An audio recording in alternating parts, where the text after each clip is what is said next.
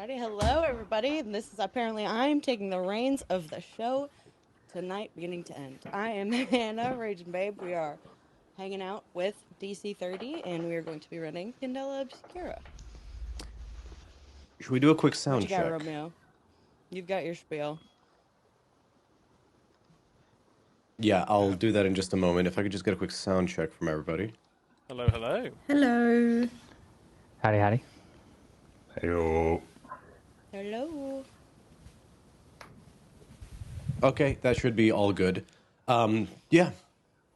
Hello and welcome to DC 30 and, once more, not our mythic Odyssey of Theros. You'll notice a very different layout. You'll notice the scandal. I'm in a player's seat right now. At the lovely suggestion and initiative of one Hannah, aka Raging Bray Brighton, and you need to remember my right from my left on the stream page, we are dipping our toe into Candela Obscura. I know. Get ready for the grim darkness, the Edwardian era horror of the setting brought to you by the company of Critical Role. I didn't prepare a title sequence for this one. I'm not made of money, unfortunately, but I'll defer to Hannah for this, but we can either start by introducing our characters, or we can talk a little about the setting and then just get into it, and the characters will be unfurled as they go. What are you feeling? Sorry. Alrighty, I've got for you guys, if this is the vibe, I'm going to just give a quick overview of the setting of what we're looking at, and then we're just going to dive right in, and I'll let you guys introduce as we get to. Works for me. Okie doke. Alrighty, everybody. We are going to the Fairlands, and this is a place that is built on top of the ruins of ancient magics and all of those rumors that we like to think of and believe about old Rome and Greece and Egypt. And you want to combine a little bit of that with industrial London, New York, Morocco. We're going to get New Fair. We are going to get the Fairlands. And this place is war-torn. This place is hungry. And in the midst of all of that, we've got aristocracy, we've got opulence, living on top of the ruins of things that nobody understands. And in this world, the ocean was ripped in half, and the paranormal started to bleed through. And this is the world that we're in. And with that, we're going to start. And so we open up on some cobblestone streets, and it is dark and a little bit dank, and there's smoke in the air, and you watch as this sliver of light opens and the doors close really quickly, and you guys see a woman, just her silhouette. She's dressed really like the silhouette of a nice gown, but you don't really know what's going on with her, and she hurries through the streets. And we follow her until she ends up in front of this beautiful mansion. And it's all green iron and glass and that beautiful white stucco, and the lights are on like it is inviting people for a party, and it is promising food and wealth and warmth and happiness inside. And we follow over this woman's shoulder as she walks in, and inside it's everything that it promised. It's bright, it's lovely. There is drinks and music, and everybody's at a lovely long dinner table. There's conversation murmuring, and the candles are getting lower, and everybody's sort of falling into that lull of late evening drinking, talking. And finally, the entertainment arrives. And if anybody knows anything about the Victorian era, you know that the things they had at these parties are a little bit weird. And this party is no exception. So this beautiful woman, not the one that we watched, another one, she is dripping in gems and jewels, and everything about her is sparkly and means to catch people's attention. And everybody stares rapt as she approaches a small table at the beginning of this banquet hall. And she stands, and two people lower this massive crystal orb on top of the table. And she starts pulling things and laying them on the table. And see the women at this party, they stand up, they sort of lean in. Everybody's so interested in mediums. Everybody wants to know, is it real? Is it magic? Are they playing a trick? And everybody is staring when this woman takes this beautiful knife off of the table, comes around, takes the cutting knife from the main table, goes back behind, and with a flourish, slices down both of her arms and starts reciting this. I don't know, is it words? We can't really, nobody can really hear once the screaming takes off. I'm But so sorry to cut your flow, Hannah. Your camera's having a hard time putting you in focus. Maybe. I didn't want your lovely face to go to waste. it might. We'll be okay. Maybe do like a clap. So, I've seen this work before. All right, still struggling.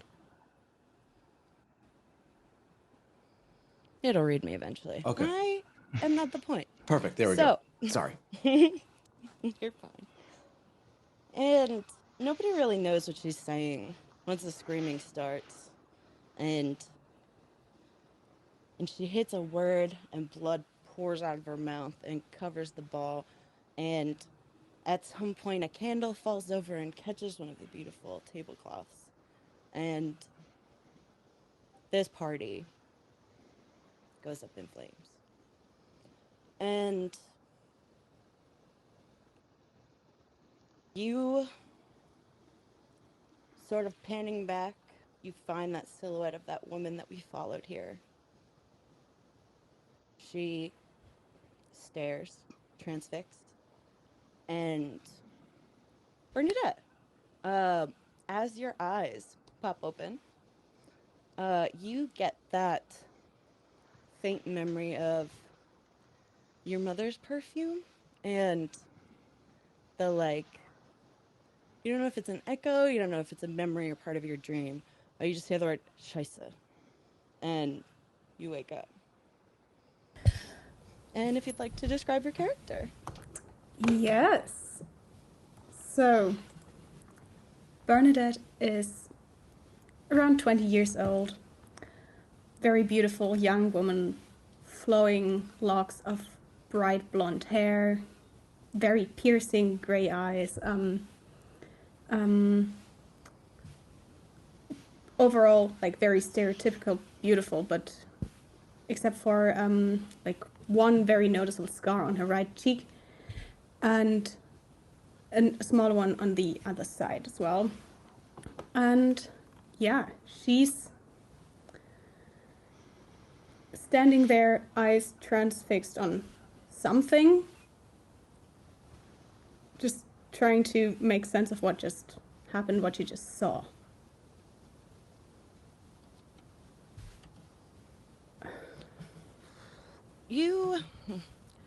I feel normally that you don't have very many moments that are like this. Your mother and your sister might have been different, but you've had dreams that felt tangible, that felt immediate. This was more. This was different. And so, where are you guys? You guys at the bookshop? Are you guys at your own place? Where would the Hargreaves be at this time?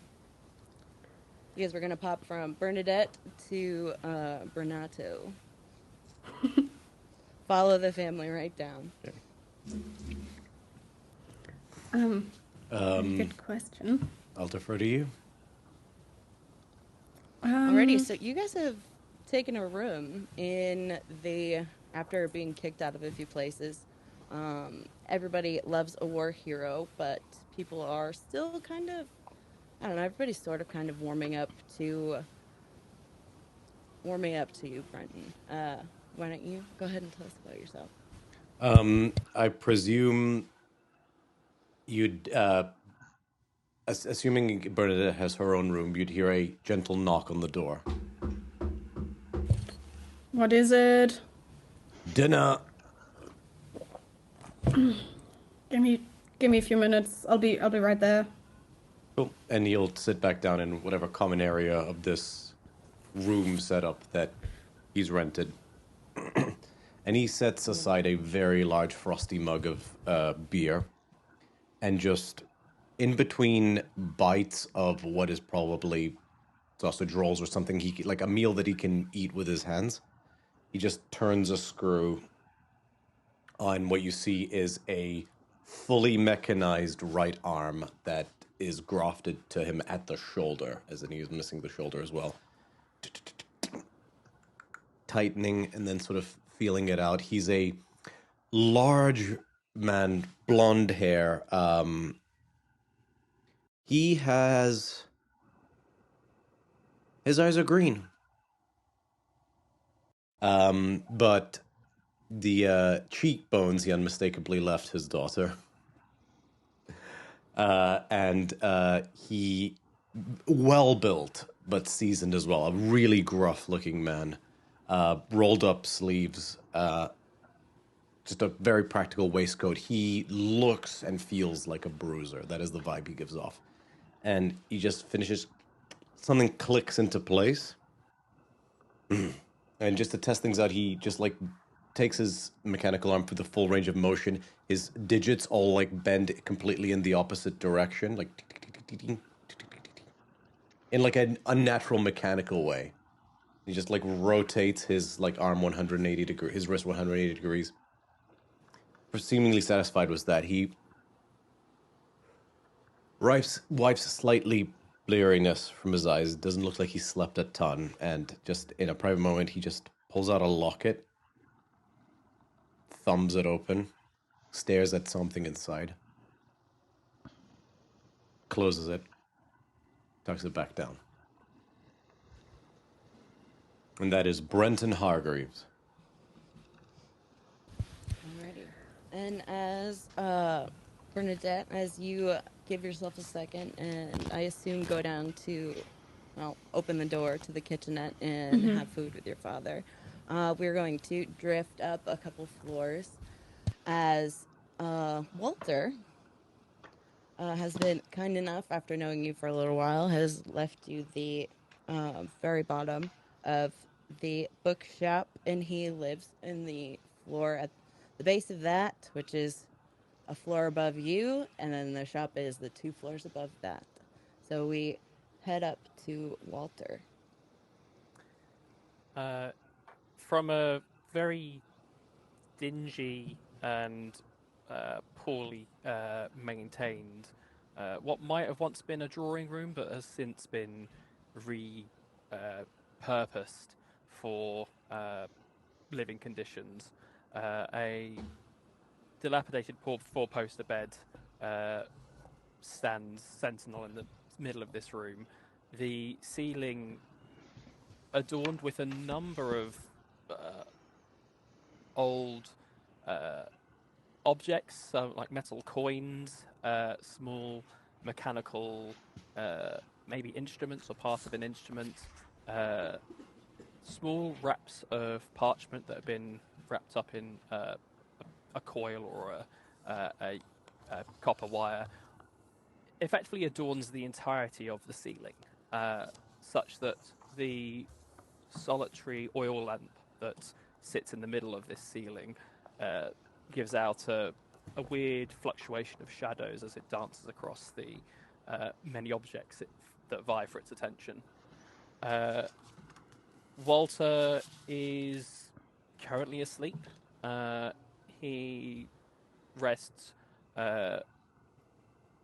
on top of the what may have once been some fine linen, but has now seemed to have faded to near obscurity, with no pillow on the back of his head, and he's just lying down, eyes closed, very very stoic and very rigid in how he kind of rests. His coat, which he seems to have almost like pulled up over him like a blanket, seems to be the main source of his warmth. And his eyes slowly flutter open as he hears his eyes slowly flutter up as he hears the sounds of heavy footsteps moving from either above or below. It's hard to tell with the foundation of this building. And he kind of slowly cocks his head up and peers through this dimly lit space. And you see him for the first time in a bit more detail. His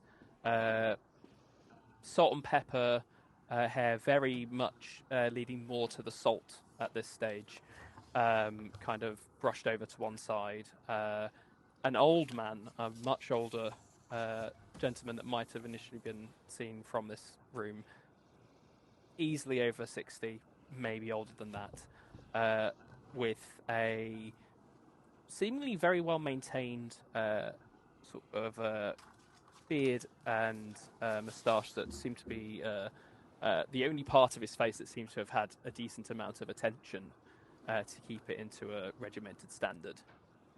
He moves over to what appears to be a dresser that has been haphazardly hammered in place to the side of the bed, pulls open a drawer and takes up a single pair of on-the-bridge spectacles. And as his vision comes into focus, he then listens again to hear what kind of noises, who's up, and what's going on. Alrighty, so you would definitely be hearing stirring from downstairs with Brenton and Bernadette. You would also be hearing footsteps above you. You're not sure, but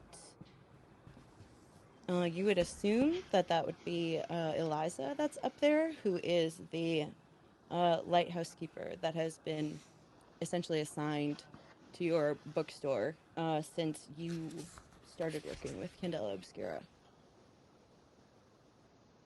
Or at least let your bookshop be used for Candela Obscura. Does Eliza live in the book shop as well, or just periodically visits? Just periodically visits. You know, she sometimes uses your office back there, but yeah, not normal. Okay.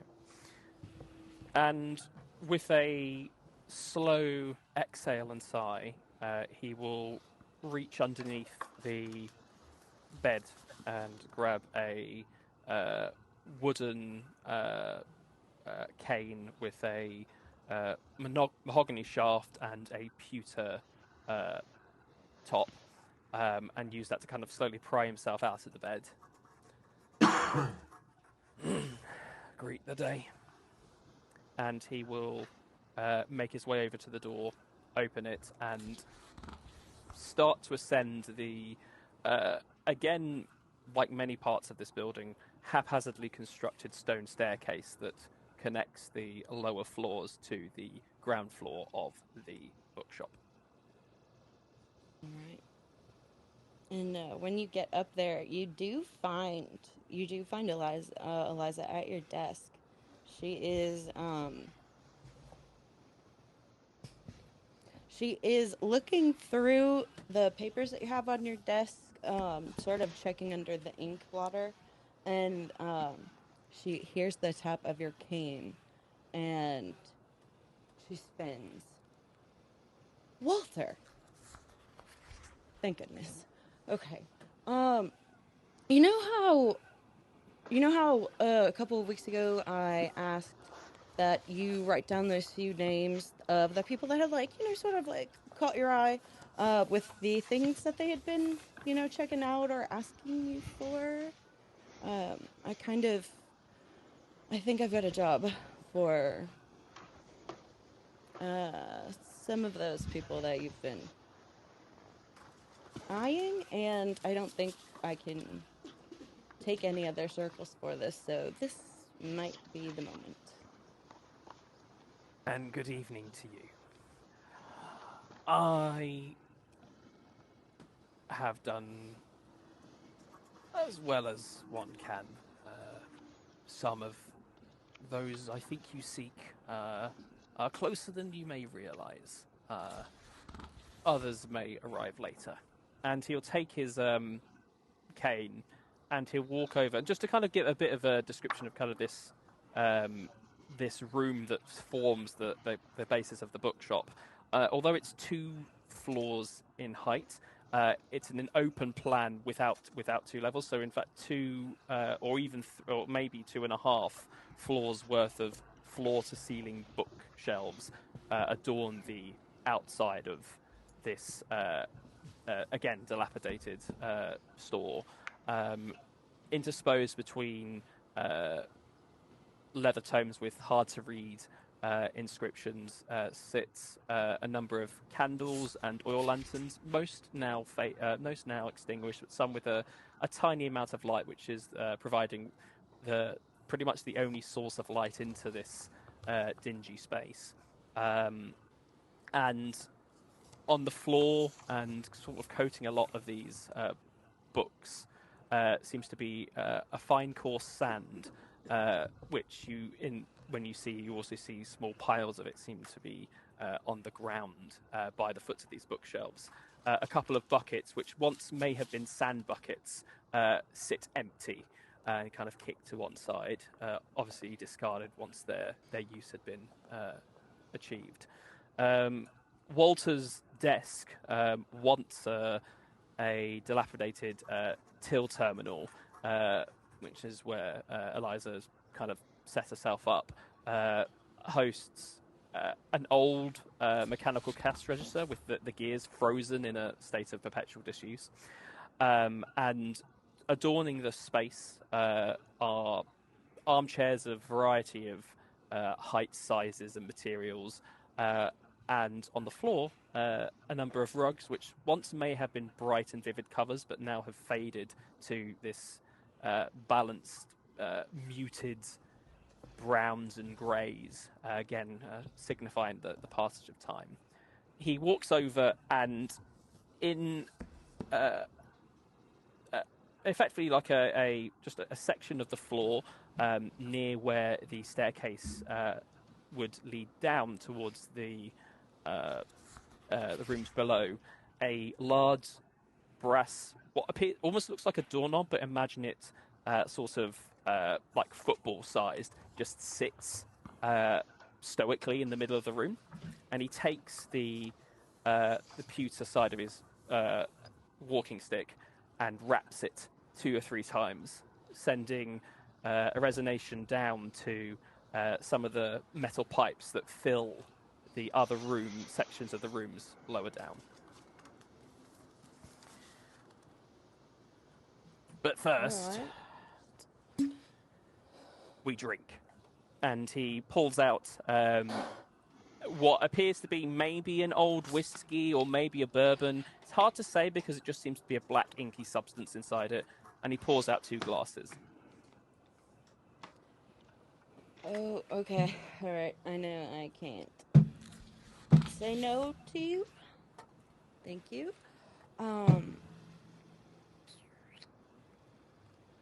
I'm so sorry, Walter. I'm in just like a tiny bit of a hurry, darling. And she's considerably younger than you. She's got this brown hair. She's probably like mid-40s. She's got this brown hair that's, escaping its bun. You can see recently on one of the last missions she went on, she ended up taking a bleed scar that you've noticed that is like this creeping ink around one of her eyes, and and so she has been posted up in the bookshop a bit more as of late. But she doesn't seem very happy about it. So she throws back the ink substance. She doesn't bother to smell or check. She's just like, if we drink ink, that's what we got to pay for the information. And then looks at you. Are the names in that thing too? Or Of those that I think would suit your team. yes, darling. I am gonna need to send some people out to go get them. And I'm probably gonna have them back here by the end of the day today. He pulls open, kind of almost accidentally elbowing her as he does so, this drawer that sits underneath the cash register till, and pulls out a stack of papers, thumbs and discards most of them onto the floor before he comes across one with a list of names. He scans his finger around them, circles two of them, and says, "These ones are already here." And then he circles two more. Mm-hmm. These ones are not, but come in fairly regularly. Wonderful. Okay. Perfect. All right. If those two are already here, half of this is done for me. I am going to send you. That doesn't matter to you. Can you have everybody back here before the end of the day? I'll meet you. I've got to go run some errands, but You need me to find them. Is that what you're asking? No, I just want you to be here at the shop. I'm gonna send you. Do not have. I'm not gonna send you across the river or anywhere crazy. Just be here when people. He kind of I like don't know what your schedule is. he sort of chuckles and kind of looks around and holds his hands out and goes, "When have you ever seen me anywhere other than here, my dear?" I don't know, but I really didn't want it to start today. And my luck has been going, so it could have started today. And she's going to scoop up that paper, and she's going to... Felix? All right, Felix first. I'll go send... Okay, we'll move out from there. While this is going, Walter's kind of taken the remaining of the bottle, and he's just kind of moved over to one of the armchairs, placed his cup down, and he just sits, stretches his feet out onto one of the other armchairs, and he finishes his drink, and if no one disturbs him for another 5 minutes, he's going to go back to napping. And from there, we will travel over to Felix Mars. You can lay the setting of where you're at, but I have you in my head. You're in this lovely gentleman's parlor, and you are deciding between gambling again or having somebody get you a drink. And if that's not correct, let me know.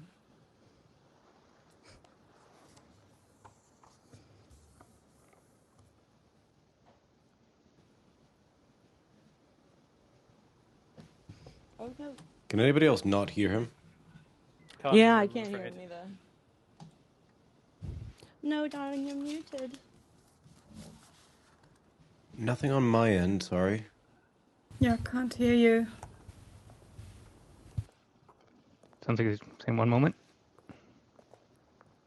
Test 2. Yep. There we There go. we go. Yeah, so Evolve.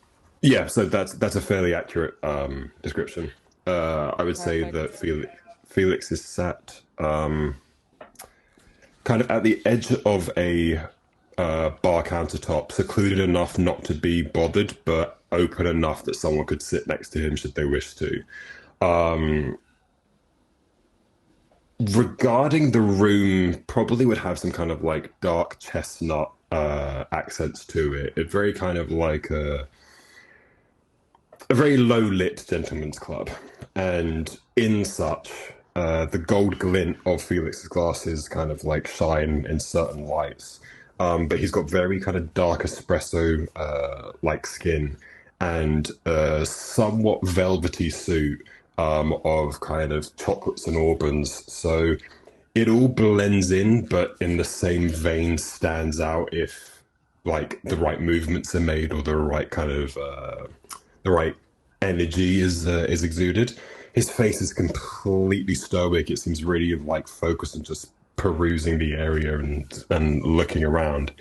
And and more than anything, the only thing that's really kind of moving about him is his hands, as he's kind of doing card tricks and card shufflings on a deck that is completely blank, which is clearly just a very dense set of cards with no faces on it. But it's kind of like a practice deck that you would use for tricks and like hand practicing. It's that, but it's done with such fluidity that there was a certain elegance to it. And yeah, he's just kind of sat vibing, looking around. If a drink is brought his way, he doesn't ask for it. If it arrives, he takes it, nods to whoever offered it to him, and then continues on with the evening. Alrighty, and in that vein, you do see somebody approach you. There is this younger, redheaded man, face full of freckles, and a few missing, like he's missing one of his canines. When he smiles at you, and he slides you over a beer, and he taps it down in front of you, and underneath, used as almost like a coaster, you can see in this elegant women's writing. It says, "You're expected at that bookstore you seem to like so much," and he just sort of waits for you and drops what sounds like a coin, and then says, "Hey, I'm just a messenger, but she's expecting you for end of today. Don't be late." And he leaves. He kind of just keeps his eyes on the redhead and just kind of takes in everything he says, but doesn't give anything away. Poker face is completely on. And as he goes, again, just keeping eyes on the redhead until he leaves the room, he kind of like sleeves the cards, moves the drink, takes the coin and card, looks at it, and then with the coin, he starts doing like finger tricks with the coin in his hand, and just kind of like smiles, but not. It's not really. It's like a smile with the eyes kind of thing. And he just goes. He just kind of gets up, and he's about 6'2", 6'3". So when he stands, he kind of elongates a little bit. Finishes the drink, winks to the barkeep, and just gathers the stuff that he needs to, leaves the room, and heads to the bookshop that he has been called to. And you kind of hear him under his breath just go, "Today's gonna be a good day." You notice once you start doing the tricks and catching the corner of that coin that he dropped you, it is you've noticed, being as perceptive as you are, you've noticed that lapel pin on Walter a couple of times. So it is no surprise to you when you grab that and are summoned. And we then follow this ginger. He ends up running across the river and into the Seidel and some of the more industrial districts, and eventually he ends up in front of this imposing just wall of like melancholy and stone, and we find him in front of Gracelight Asylum, and he sort of, like, with a gesture that feels Catholic, it feels superstitious, you're not really sure, but he sort of like takes his hat off and goes inside, and Norman, he is going to be looking for you. Okay. Norman is currently in a study room that sort of like has a door open to another hallway full of doors that just have the single little windows on them, so you can peek inside and see who's behind. he's looking at some test results, kind of frowning at them, when I would assume they would buzz sort of at the front door or something. And then he would set his stuff down, walk out, look into one of the windows, and see someone kind of shouting and like pulling at some restraints, and then look towards another one of those rooms, but the door's open and it's much more lavish. And he says, "Cindy, can you keep an eye on Marcus? I have a guest." And then he'll walk to the front door of the asylum and kind of buzz through some security gates, nod to a couple of security guards, and then let the man in at the front door of the asylum. Or the woman. And the secretary up at the front, she's this nice woman. You never bothered to learn her name. They get cycled out pretty quick and go on their way. But she sort of looks at you and says, he says he has something for you. It had to give it to you specifically, didn't want to leave it at the door. And the ginger gets buzzed through, and he looks at you. Norman Koenig? Dr. My Norman name's- Koenig, yes? Sorry, yes, doctor. For you. And he hands you, like, the edge. He's, like, barely touching this. It is a, like, business card size and a square pin, metal pin. And, he sort of is, like, staring at you. And, like, the eyes, you can see that they're, like, flicking behind you into, like, the depths of this place. That you're expected at the bookstore later. Don't be late. And, he, like, looks at the secretaries, looks at you, and then leaves. And you get the same feminine writing. And it says, the same thing that it said on Felix's, is you've been summoned to that bookstore you like so much. Only for you, this time, there's less personal recognition at the lapel pin, but you've seen it. All right. I look at my secretary and tell her to cancel my appointments. I'm going to be busy tonight, apparently, and I'll go start heading towards the bookstore. Alrighty. Okay, so we are going to, everybody's gonna just convene back at the bookstore. I'm gonna jump in. We've got the three of you guys there first. I assume the Hargreaves and Walter. Yeah. What time of day is it? Are you guys? We're getting towards the later half of the day. Okay, Probably afternoon. When the Hargreaves were first introduced, was it like morning-ish? Yeah, morning-ish. Okay, close. so Yeah. Brenton, it's super minor, but Brenton probably would have said breakfast, not dinner. But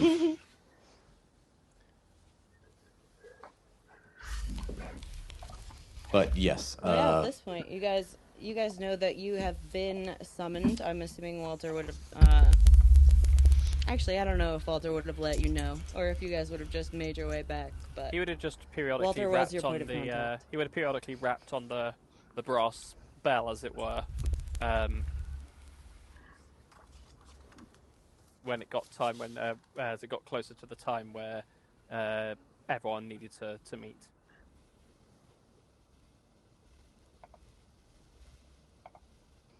Alrighty, and as you guys all sort of filter in, is there anything anybody wants to be doing before they head to the bookstore?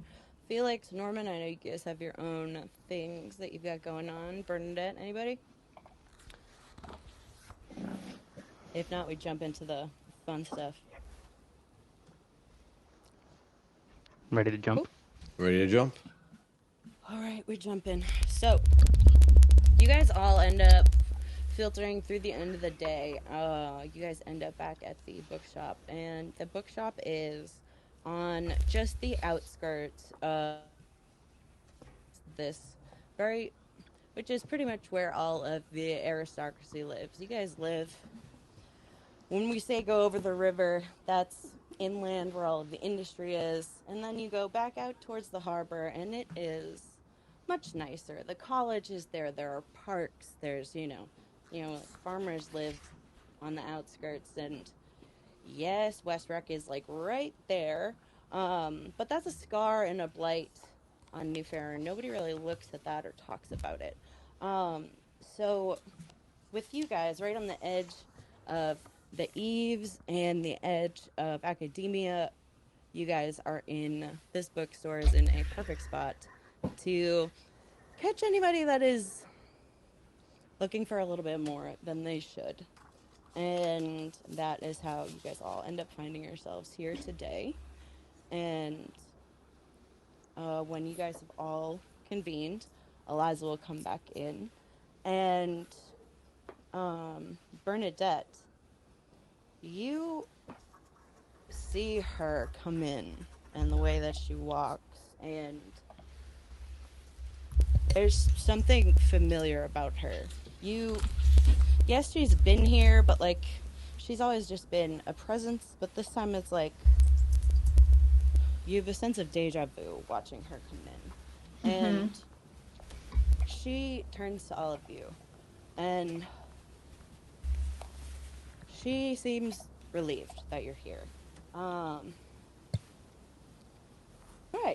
so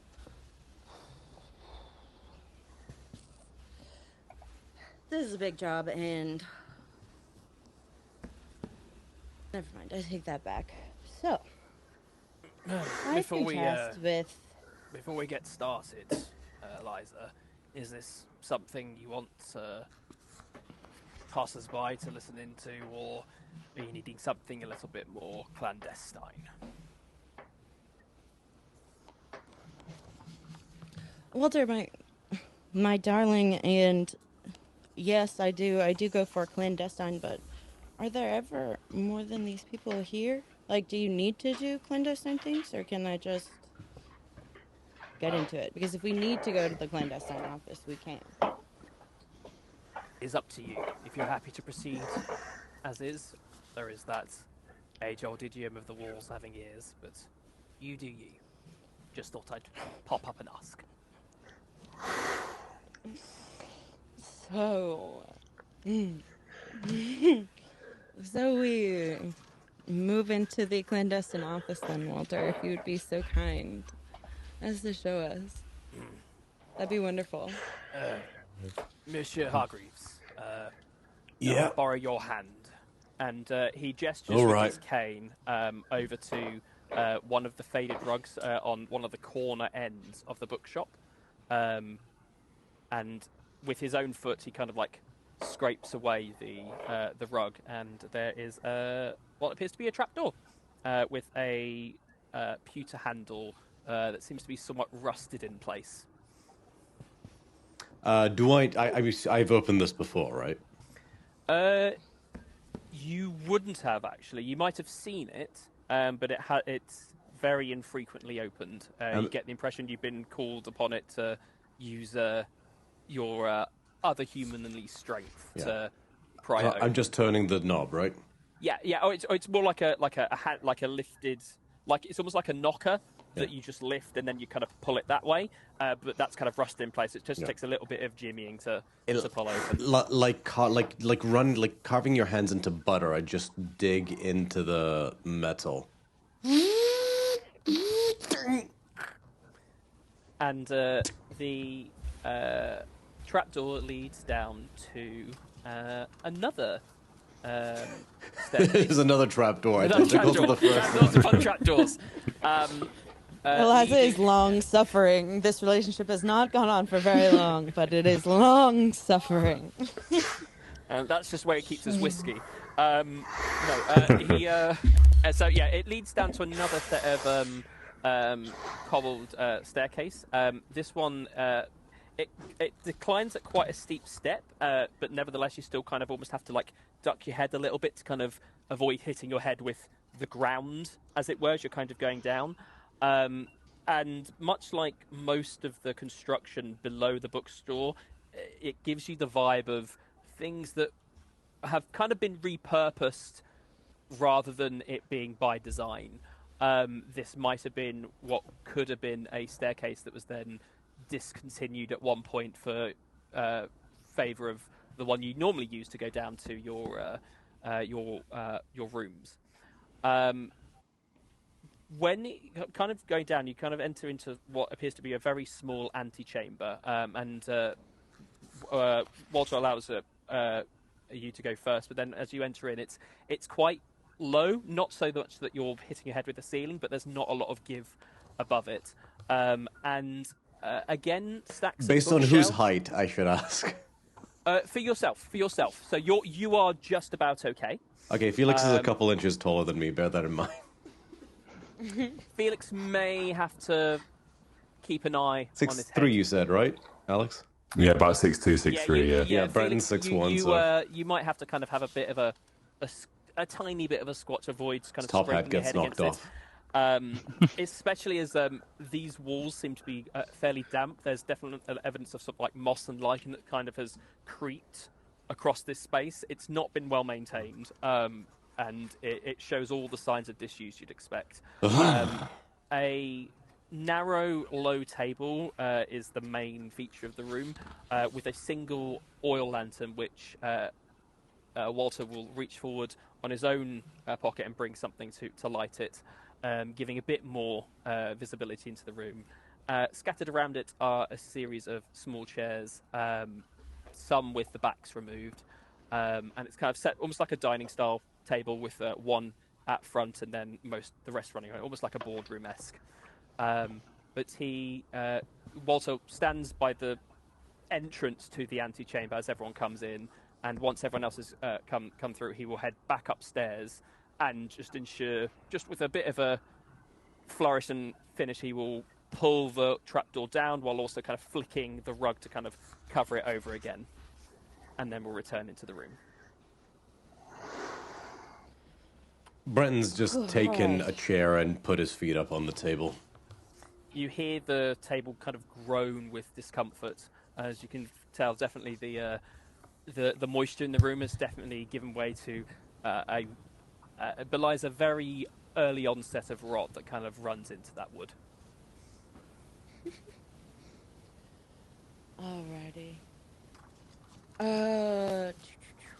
Alrighty, so as people start to settle down, Eliza looks towards Felix and Norman, and she's got some papers in her hands, and sort of like not addressing Brenton or Bernadette or Walter yet. So we have noticed, and by we I mean my organization, we've noticed the certain interest that the both of you have had in some avenues that might be beneficial for a job that I have. And this is an offer of employment, and there is some mobility for you here if you're interested in that. There's also, I'm about to ask something big of you. So this is your moment to back out, but with your, purchase history, I guess. I think the both of you are already well on your way to getting folded into one of our organizations sooner or later. So, Mr. Amaris, Dr. Koenig, now is... Well, I mean, you did come down into this, creepy little bunker. But now is the time to speak one way or the other.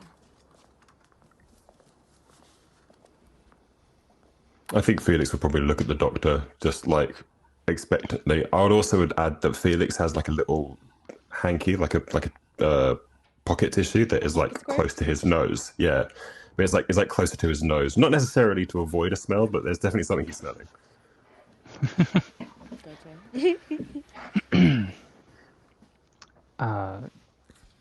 Felix, Dr. Norman is sort of looking at her. You said she had a facial bleed issue? Yeah, She's got, like, the veins in her eyes and, like, just is creeping out from, like, along the veins of her eye and stuff like that. Sort of as it is. I'm sorry, I got distracted by your eye. Is there, are you doing anything for that? Treating it in any way? Yeah, not going out into the field as much. Hiring you is treating this. You Is that say what I you're can't interested read the room, Bernie. I'm just saying, if you ever need anyone to look at it or examine it more closely, you can come by my office at any time. I'd be happy to take a closer look at it. But I also missed your question because I was distracted by. It's quite lovely. Yeah. There's gonna be more bleed in what we're doing. Do you want to come or do you want to go? Oh, I'm in. I'm in. I just, Wonderful. you know. I thought you'd understand a bit more like that. All right, wonderful. Walter, are we good now? Store up top closed? Oh no, the store never closes. People just come in and out when they need. I don't think I've had a purchase for the last 2 years, but we won't be disturbed here, so we can continue. Wonderful. Wonderful. That's... She goes to look for that glass. It's not around here. She doesn't know why she did that, but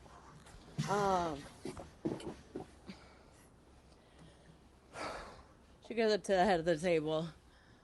Sort of just makes eye contact with Bernadette and Brenton. So, there was a party last night. There have been a lot of parties lately, and like a lot of these parties lately, there was in fact another bloody incident, and this time when I say bloody, I do in fact mean bloody. There is, and she just sort of like is looking at the two of you. This is the third one of these in as many weeks, and it's getting to be a big problem. And she sort of like looks out to the rest of you, including all of you in this conversation now. And there isn't anybody else that is available to go and look for this and look at this and deal with this. So, as I am now very recently, and my own circle is out of commission, this is what you all are. The latest arm to go and check out what is happening. To be honest, I think it's people getting a bit too close to artifacts they shouldn't have. But there are some theories going around as well, and if it's as bad as some of those get, I would love to hear what you, an uninvolved party has to say to me. Does this sound like something that you guys can go and do? If it gets me what I want, I'm yours. I'm in. So, wonderful. Walter, this will involve you as well, and I will...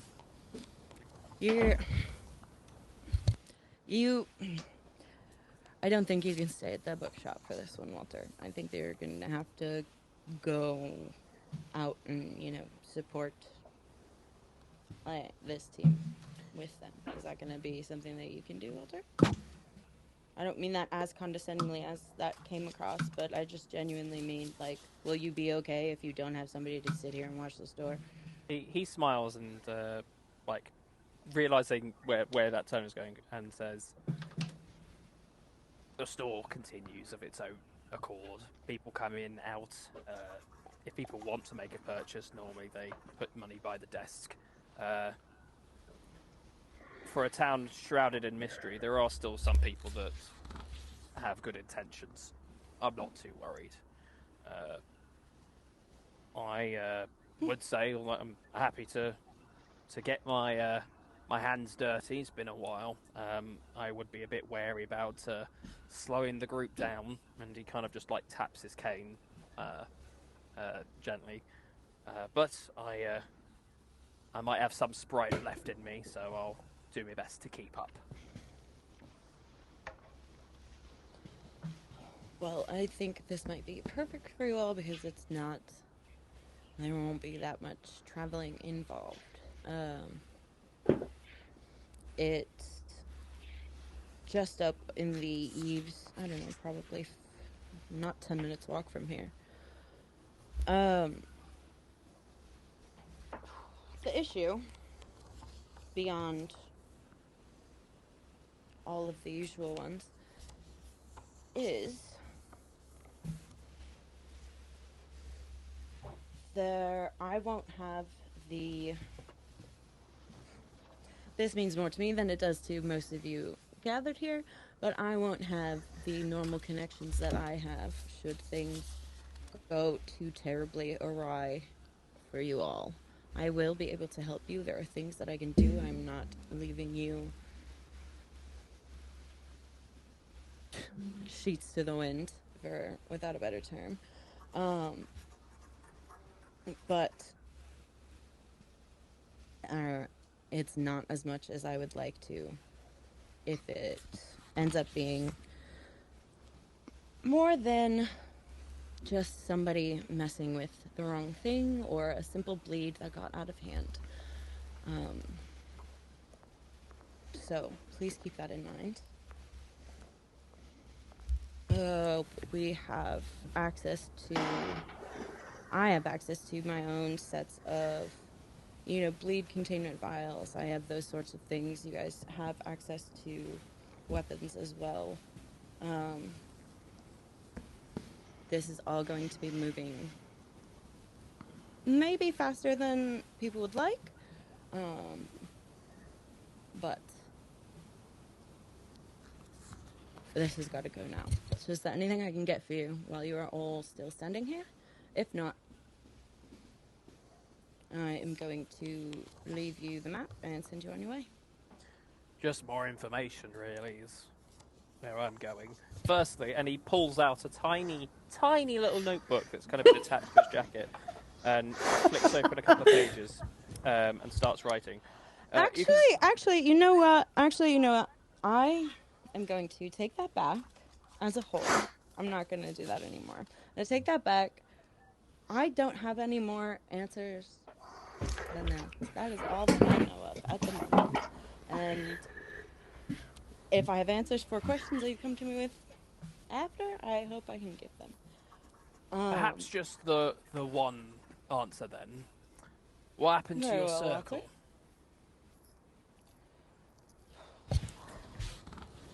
If we are going to replace the ones you lost, just helps to determine how expendable we are as well. So some information would be appreciated. You understand, of course.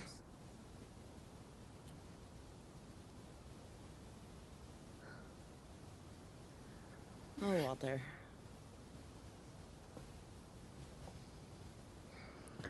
This is a suicide mission, darling. Maybe not that dire, but all of them are suicide missions at some point. So, Ain't that the fucking truth? So, Walter, I know you have some whiskey around here. Might as well crack one open now. There is just like, almost like just kind of like pulled out of one of his many pockets, almost an identical sized vial of whatever whiskey he had before. He kind of pulls out, and he pours out into one of the glasses for you and hands it out. And then he just continues to swig from the bottle himself. Cheers. I have some things to go pick up. I will leave them for you here before tomorrow morning at the absolute latest.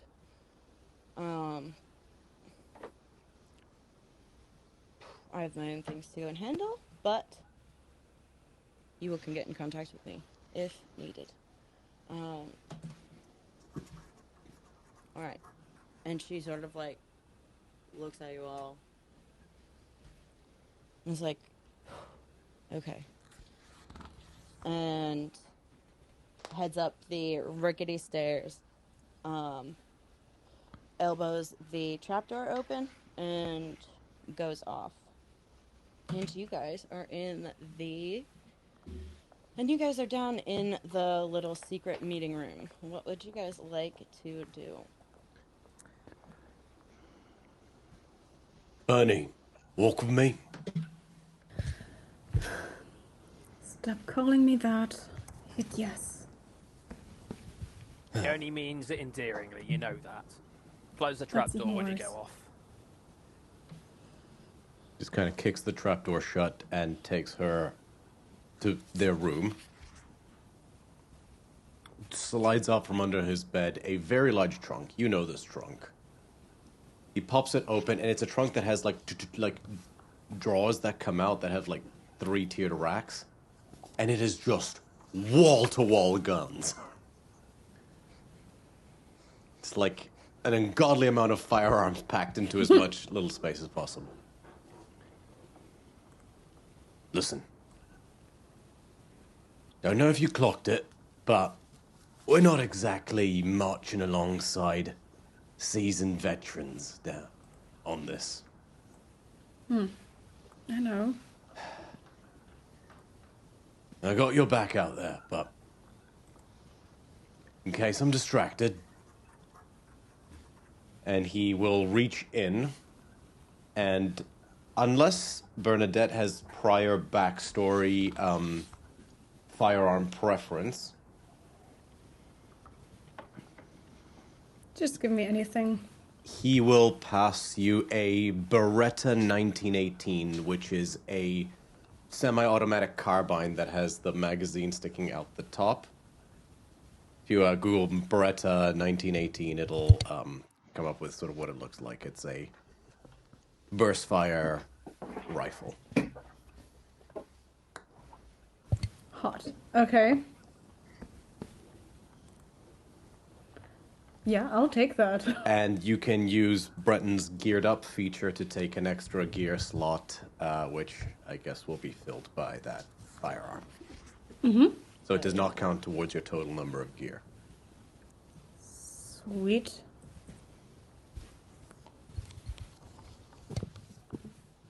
Alrighty.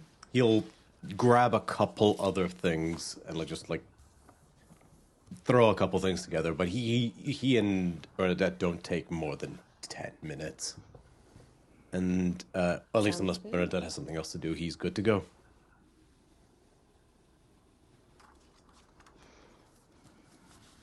Alrighty. Okay, Felix, Norman, Walter, anything that you guys got to go gear up with before I send you off? If there's anything in particular you're after, I might have something that serves the purpose. Got a list of all sorts of weird and wonderful things somewhere in this bookstore. Anything particular you think we'd need, good doctor? I think I've got everything I require. I've got some healing kits. I've got some syringes. I have more information on what we're looking at or going into, but it sounds like that's not available. Yes, So... I also felt the twinge of something akin to subterfuge there, but I poked the bear. Wasn't going to poke it further. That's fair. I've got a bleed detector. I think we're good to go.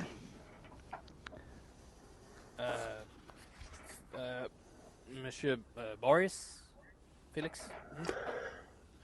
Amaris. Amaris. Missed off the A. Amaris. Anything you'd need? No, baby, I'm good. I'm very much looking forward to working with y'all and seeing where this takes us.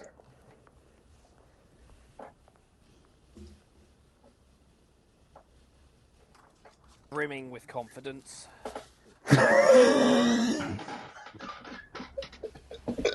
See how long that sticks. Well, and Walter will kind of offer the whiskey out to everyone else again, see if anyone else would like a swig. Then Brendan takes a heavy swig, like Finish after Yeah, seeing this Felix could definitely display, take one. and he thinks to himself, "Fuck me, I'm gonna die saving this cavalcade of fuck-ups."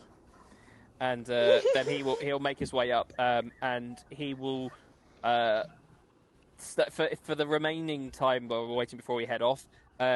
Terrifyingly, he starts ascending some very rickety step ladders on rails that kind of traverse the whole 2.5-story height of this bookstore.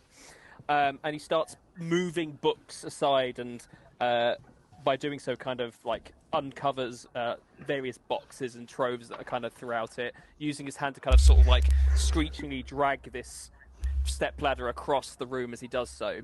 And he'll just grab a handful of odd objects and things, sensors, oil lanterns, just weird things, and almost akin to the world's greatest magician's act. They just all seem to disappear somewhere into one of his many pockets that just adorns his coat before he finally slides down and arrives at the foot of the bookcases and waits for everyone else.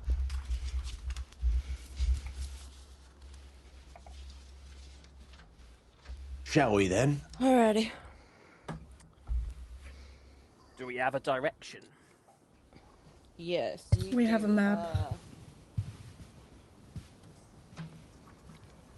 And where that map will take you is to this house that, for you guys that live at the bookstore, is one that you have probably walked by a couple of times. And Bernadette, it is exactly the house you are thinking of. It is a house with green iron and huge glass walls and this white, beautiful stucco. And now it is dark and shuttered and ominous and waiting in the corner of this. It was so much nicer in your dream. Nice as what you think. And I don't know, the sun doesn't even feel like it catches all the way back here anymore. And you guys are in front of this house in the eaves, and you guys know that if you guys were to go and look beyond this house, you would see that the South Soffit and pretty much the slums, you catch in some of these gaps. You guys are up higher than the water level, and you guys are raised over everything. And sometimes you can see down to the water, sometimes you guys can see swaying electrical elements. For the most part, people just don't like to look. And you guys are standing by the gate of the yard to this house. What would you guys like to do? Is it a house or a mansion? It is a mansion. It's a big old place. You're in it's like courtyard, gated, and it's probably about 100 feet to even the front door. So you can walk the perimeter of this place. You can get into the yard, check it out. Walter kind of stops short of the gate and just kind of stands, like resting on his cane, and just stands there for a few minutes, and he just seems to just be peering off at the space, but he doesn't move around it. He just kind of stands and just looks. Do I know how long? Was there any reporting, or was there any information on how long before the building was completely in flames? The building, you heard that the building, thankfully, did not end up burning down, but the hall that this was in, they'd converted the glass section of this place into the banquet, and it ended up got so hot that it cracked and broke subsequently a couple of the panes, and the flames didn't eat out into the yard. It really just took that entire chunk and went up the stairs. But you would have heard that it didn't crumble to the ground, so there are still rooms that you can go into, and you guys can still get in there safely for the most part. Okay. Well, whatever this was, can't have been that severe to start the fire. Have you ever been in this area? It feels familiar. Have I ever been in this area? You've walked through. This is more of a place that sometimes Hannah had connections here, but that was because she always, just held herself in such a way that these people didn't feel they felt that she was with them, and so probably since her, you haven't been around here as much. But you've been around here. You've walked through it enough to know your way. Once or twice, but only around it. Your mother had dealings in there once or twice. Never learned the details. Interesting. Right, shall we? After you. Walter hasn't moved yet. He's kind of just been kind of like stood stoically, kind of just looking at the room. And I'm going to use my role as a slink and scout to spend 1 intuition, as we have had time to observe the location, and ask, what do I notice here that others do not see? Okay. Ooh, we're outside, right? Okay, first roll. Bring it, babe. Yes. All right, let me see if this Still steampunk outside. city ambiance does it. I don't know if I spend the intuition. I think it's just a question I can ask. I don't know if I need to do a roll hit Yes. for it. Yeah, so I shall spend an intuition. Ooh, yeah, that's pretty good. You know if it's too loud. That's okay. Kind of sounds like chattering at the moment. Could be like some horse steps and stuff like that. Yeah, it's very faint, Yeah. but you can hear it. Yeah, they were loud at the start. And while that roll is happening, Sorry, what roll do I need to roll for? Because I'm spending an intuition to ask the question. I don't know what roll do I make for that. oh, I'm sorry, I misheard you. You're just gonna ask the question. You just Yeah. meant it. I misheard what you had said. All right. So what you notice that other people do not is that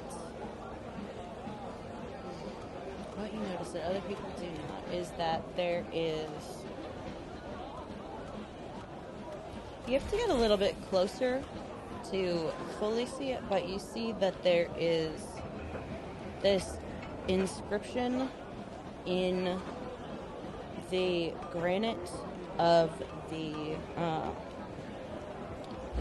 tread of the gate. So like you would have to step over this to enter the yard, and then once you would get in closer to the house, you'd also notice that that same inscription is in the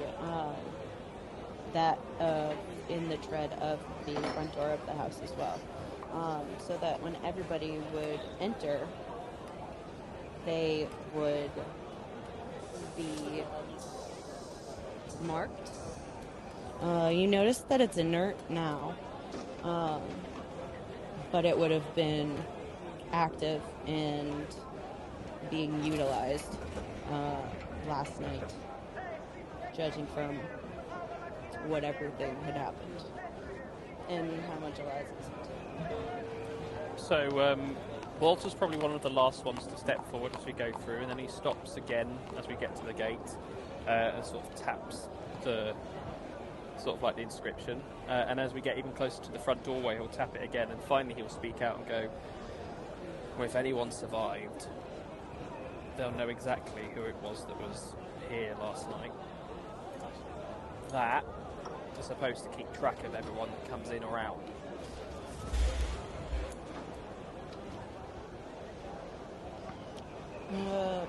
Felix, Mm-hmm. you would know and have heard and have been sort of like brushing these invitations off yourself, but there have been a lot of parties lately, and the people in the eaves have been looking for mediums, street magicians, people that can do a little bit extra, and you would know that they have been looking for people to come and, essentially like fill the bodies and act for and do these big productions for these parties. Whether or not those people find the reality of what they're looking for is, up in the air, but... So basically, a bunch of rich folks looking for kicks and entertaining their evenings. Mm-hmm. With the weird and wonderful. Yes. Yeah. And they are having the time of their lives, ogling and dabbling and saying that they were there. I'll probably share that with the rest of the group as like we're kind of stepping. If anyone does immediately step into the house, or if it's like a tentative thing, once we get to like walking through the corridors or even the front halls, it's definitely something that Felix would bring up. Probably would add something similar to, I mean, they've asked me a few times to come over to a place like this, but I kept myself busy. And as he's saying that, you can kind of hear like jittering in his pockets, and you notice his hands are in his pockets moving around, and you can hear the clanking of like something plastic. And he's like, "Look, sounds to me like something might have just gone slightly awry, and the rich and powerful may not have liked what they see."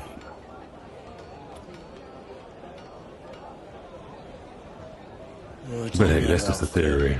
We're talking about fairly depraved bastards. That would be something pretty out of order to spook them. Well, it depends how easily spooked they are. Not wrong. Shall we have a look? I kind of look to everyone and go, "Who's brave enough to step in first, eh?" Doesn't even I wait walk for you to in. finish. Yeah, just like Yeah. dad and daughter just are both like shoulder to shoulder. Operation Human Shield is in effect. Norman stays to the You're gonna back. have to crouch down a little bit, Beanstalk, if you want that to work. Says behind him. Right, like the door's Right. intact, right? We can just it's open, right? Yep, doors intact, is open. It's actually, you guys walk in and you expect there to be so much more destruction based on everything about just how harried Eliza was and just how, like, you expected to walk in and see something. It's not that. It is, there are still, the flowers are still in their vases, nothing is cleaned up, there are platters and turned over cups and like flutes of champagne, and things are all just still everywhere. And you guys can make your way through this place. Are there any bodies still around? Not yet. As we walk There's not even blood though when you're at the front door. It's pristine. You guys walk in and it's like the party could be happening further into the house. This is not the place you expected. Are there So any not even drinks like a still left layer out? of dust. No. Damn it. Damn it. Oh yeah, there are drinks. I thought you said drugs. I was like, no, No. there aren't drugs, bro. There are drinks. You can have Lame some party. champagne. Feel free. Those don't last longer than the They first took that few with hours them, of the night okay? anyway. Sorry they He just sorry they wanted grabs to an snort their open mummy bottle. dust in peace. Just grabs an open bottle of what was probably like a Dom Perignon a 75 or something and just necks a little bit of it. Only time we'll ever be able to afford this shit. It still tastes like vinegar anyway. At least now we know it's not poison. Give it time. We'll see. Worth it. Was actually pretty good. Breton thinks back to his days in the military in Chimera Squadron, and he thinks back to a little trick they used to do if the name of the game was sabotage or, like, infiltration. Starting a small controlled fire, basically not to wreak havoc, but large enough to distract everybody, to make everybody, to spook everybody, to cause havoc, allowing people to slip through, to sabotage machinery or whatever they need to do, but not so large that people would be likely to run in there wherever they were heading. Basically, a controlled fire to send people away, to distract, to cause a ruckus. Does this seem like, not necessarily does this seem like that, but like, does this feel like it could even have a chance of being something similar? Does this feel a little too controlled to potentially be accidental for someone who's used that trick before? For somebody who has used that trick before, I think it is always on the table. I think it's always on the table to, especially in these places, you don't know what these families are connected to, especially knowing that Hana's been around here, so you don't know what these people have, and you don't know what these people could know. So I think for you, you would be like, you don't know about these people, but if you dug into it, they might have things worth taking, worth doing a little bit of chaos over here and sneaking around back. But what you do know about this is that somebody died here. So that seems a bit like that's commitment to the bit of distracting, for sure. So you guys are in the entryway. You've got left, right doorways that lead to hallways. You've got a door in front of you. Where would you guys like to go? Would I remember the way to the like main dining room based on the dream that I had last night? Yes, you would actually. Then I just start walking that way. I follow her. Okay. All right. Wonderful. And you sort of like, you take this, it's not direct, but it is direct enough. And you end up in this banquet hall, and this is where you start to understand. And you enter in through these doors, and at this point there's nothing on the hinges except for like bits of splintering pieces, and you guys can see, because you're coming into that room, that there is beautifully carved and paneled wood broken and torn, like set to the side. So like they had to break into this room to see what happened here. And you guys walking in through now the eternally open doors are standing and looking at a scorched, probably 15-foot long table. And it's just pandemonium in here. There are chairs knocked over. There's fabric on the floor. There's just like part of the table is one of the legs is broken, and you can see that like there's a piece that's burned and broken in, and through all of this detritus and ash and like the like echoes of this opulence that's still there. You guys can see through to the other end to the table, and it is untouched. There's an untouched table at the end, and you can still see like the black lace doily that's on the table and the enormous crystal sphere. And everything over there is just covered in like smeared and tacky with blood and ash. And this room is open to you guys. Well, that's not suspicious at all. Doctor something, you brought a detector, right? Dr. Norman, pulls out a flashlight and hands it to you. Okay. I point the flashlight right at the crystal ball. Oh, yes. And it absolutely reacts. You can see clearly even the blood on it, it all reacts. It all just comes up as bleed, and it shows up the way that scorpions show up on UV light. That it just is. And you can see that faintly along the wall, because the power of that light is starting to fade by the time it hits the table. You can just make out, like, it looks like a smear or a smudge or like maybe a silhouette. That's got to be a stretch to call it a silhouette, but there's something on that wall behind the table, behind that scrying ball. Is there a mop anywhere? Like, or have we come past like a Darn, you're kitchen or not where the there might be a... Yes, you can go absolutely find a mop. I'll let you go find one. Walter wanders off and then briefly and comes back, and he's gonna try and mop a path through the blood and soot, which apparently was coming up on bleed, to kind of allow us to get closer without kind of stepping in and around it. Can I pick up what's probably a pretty stale hors d'oeuvre or something at this point? Something that would, like, that's not very... Absolutely. There's like, you can get like a little platter of like quiche. Not that's to like eat singed. it.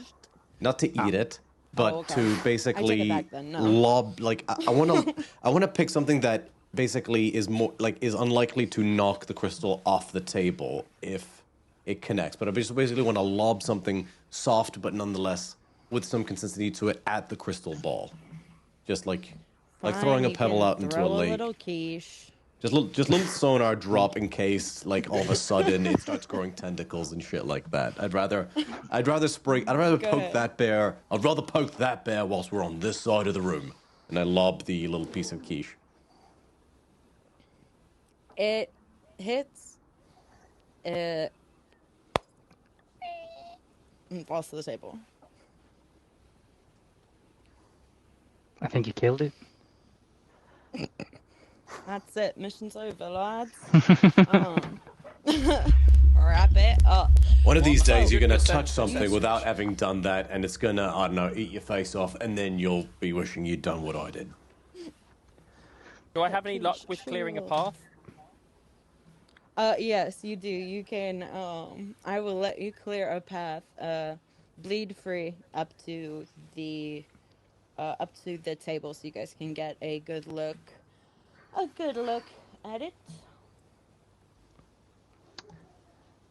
Is there like a film of bleed goo on the crystal ball, or is the crystal ball pretty clean? There is the blood that's over the top of it that is registering as bleed, as well as just being as well as just being blood. It is also registering as high bleed. Can I collect a sample of that blood? Absolutely. And is the ball opaque, Absolutely. or is it like swirling with clouds on the inside, or? When you guys get up to it and you look into it, it is, from a distance it was clear, and or at least it should have been clear. It's just red now. But when you get up to it and you like look down into it, it is this soft blue and swirling grays on the inside, and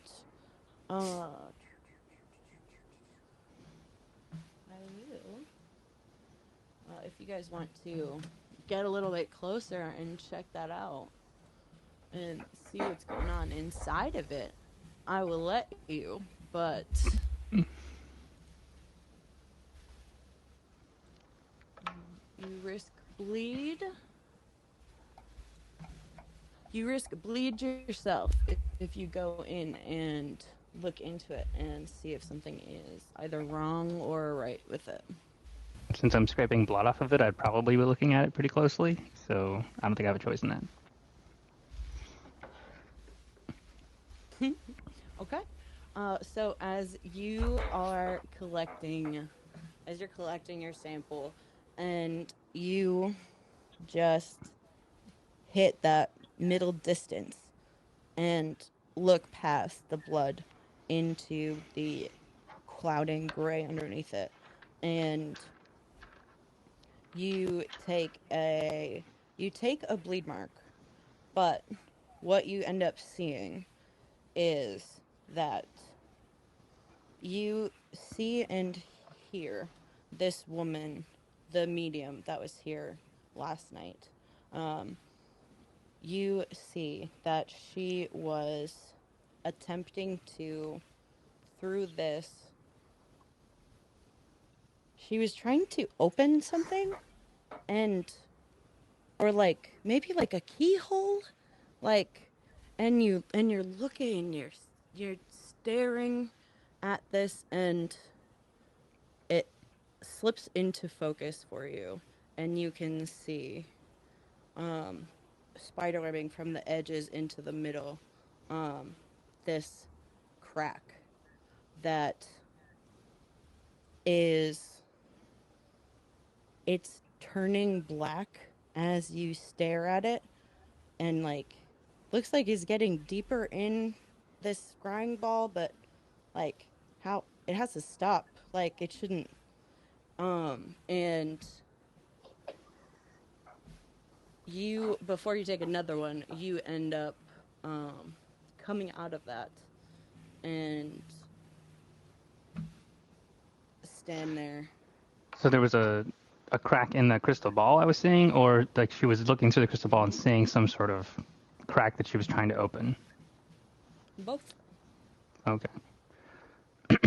Kind of shakes his head a little bit after collecting the blood, and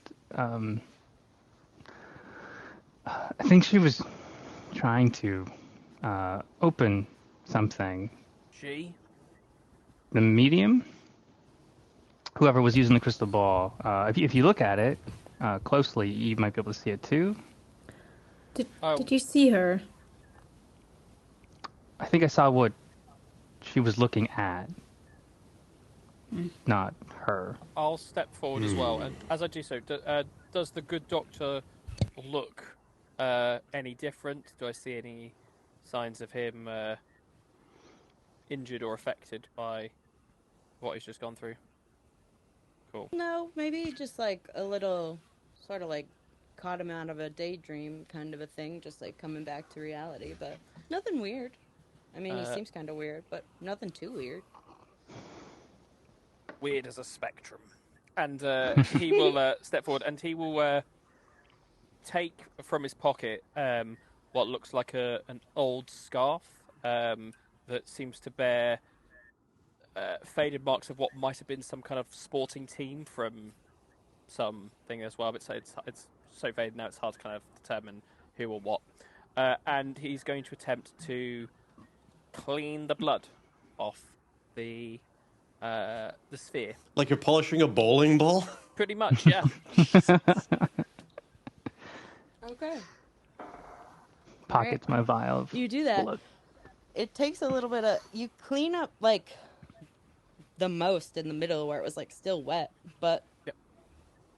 it still has that outer edge of dried, crusting blood on it. And looking at the rest of the table, with the accumulated knowledge that stands here, y'all would know that this other odd item on the table, that it looks like a broken lantern maybe, but you guys would know that as like a bleed containment vessel, that something would be put in there, and you guys would be the holder would be protected from taking bleed. So you guys can see a broken and open one on the table. You guys can also see the dinner knife is left on the table. There is like looking closely, your hands down on the table, in one of the like knots or carvings on the table, you guys find a human tooth, a knuckle bone, and a coin. Walter likes shiny things, so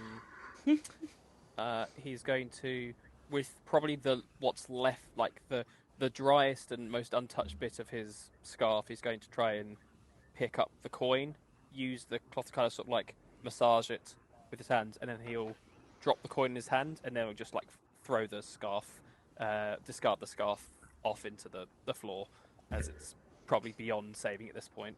I'll grab like a dessert fork or something if I can, and just prod the knuckle bone. Does it feel still cartilaginous and soft, like it came from somebody not that long ago, or does it feel brittle and aged, like a specimen bone, or like a like a knuckle bone that like a seer might use, or something like that? It is. It's somewhere in the middle. It's not as aged as you would like it to be. I'll phrase it like that. But not it's as old definitely as you would like treated. it to be. But it's definitely treated. It is a talisman, an amulet. It is a tool of some kind. I'll like wedge it between the two things on the dessert fork, hold it up. This didn't come from somebody in attendance at this establishment. Any markings, anything like that? I was going to ask, would I, with those kind of talismans from my family practice, would there be anything similar, or like would I immediately know where kind of that would be used for in like a more specific case of like where you potentially would get something like that, and what you would ask for, why would you would ask for something like that? Yes, you would. You would definitely have much more immediate knowledge with this. You would know. And Brenton, when you like turned it over and looked at it, you would notice that there are a few very fine knife marks on either end. You're not sure if they are intentional or if it's just from extraction. But Felix, you would know that this would be a tether or an anchor point, or this would be a through line from a different ritual to connect this to that. Okay. So this is, you look at it and you're like, oh, this is bigger than what's here. I don't know what it Yeah. is, but it's already something else. Interesting. Yeah, kind of looking at that, you probably would hear Felix in the corner just be like, "Ooh, somebody let their dog off their leash." Does he say the rest of this to us? Yeah, I mean, the dog off the leash part will start it off, and Yeah. then he'll probably, not necessarily smugly, but just as like it's kind of like I mean, actually, Romeo, you will probably know this the most. When you kind of have to repeat the same technical information again and again and again, like on a daily basis. For instance, if it's like Yep. digital technical stuff, Yeah. it's with the same kind of like, this is how it works. Got it. So for him, it's like a routine. So it sounds We are like full of surprises. Sounds like, magically speaking, this was the bomb, and somebody else had a detonator. And this was the antenna. Yeah. You mentioned something about a tether. Well, I don't see this medium still about. Is that what's keeping her in the ball? And if so, is it worth smashing it? I mean, it's hard to say sometimes. And kind of looking at where's the ball now? Is the ball still in scarf, or is the ball in hands? Yes, I cleaned it, but I haven't moved the crystal, so I kind of cleaned it so it was a bit more visible with what was on it, and see if you can see anything else. But I've not taken it off the table. Okay. It would be kind of new to me hearing about mediums retreating into crystal balls, but Was there a body found, or has the body been taken away already? They said somebody died. Body, you assume the body's been taken away. Eliza didn't say anything about that. Just well, said actually, that. on that, when I was clearing a path, I would like to try and do. I don't know if I'd like to. I don't know if it's inspect or analyze the space that we're in to determine whether or not there's evidence beyond that I've kind of mocked a clear path of anyone that's kind of disturbed this space following mass bloodyification of whatever was here. To determine if a body was in fact taken away or what's going, because we don't know much. So I don't know if that's a roll or if it's just anything we can see.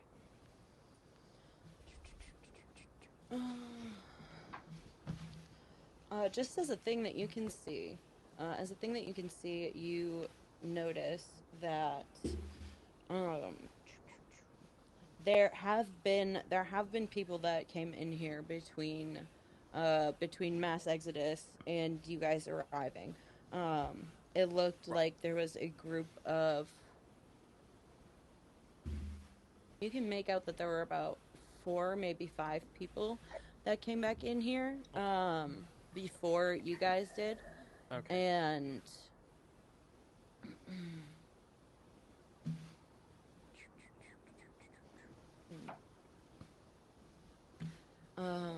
and honestly, you looking down at the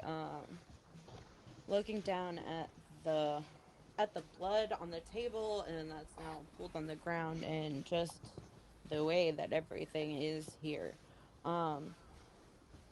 you come away with the conclusion that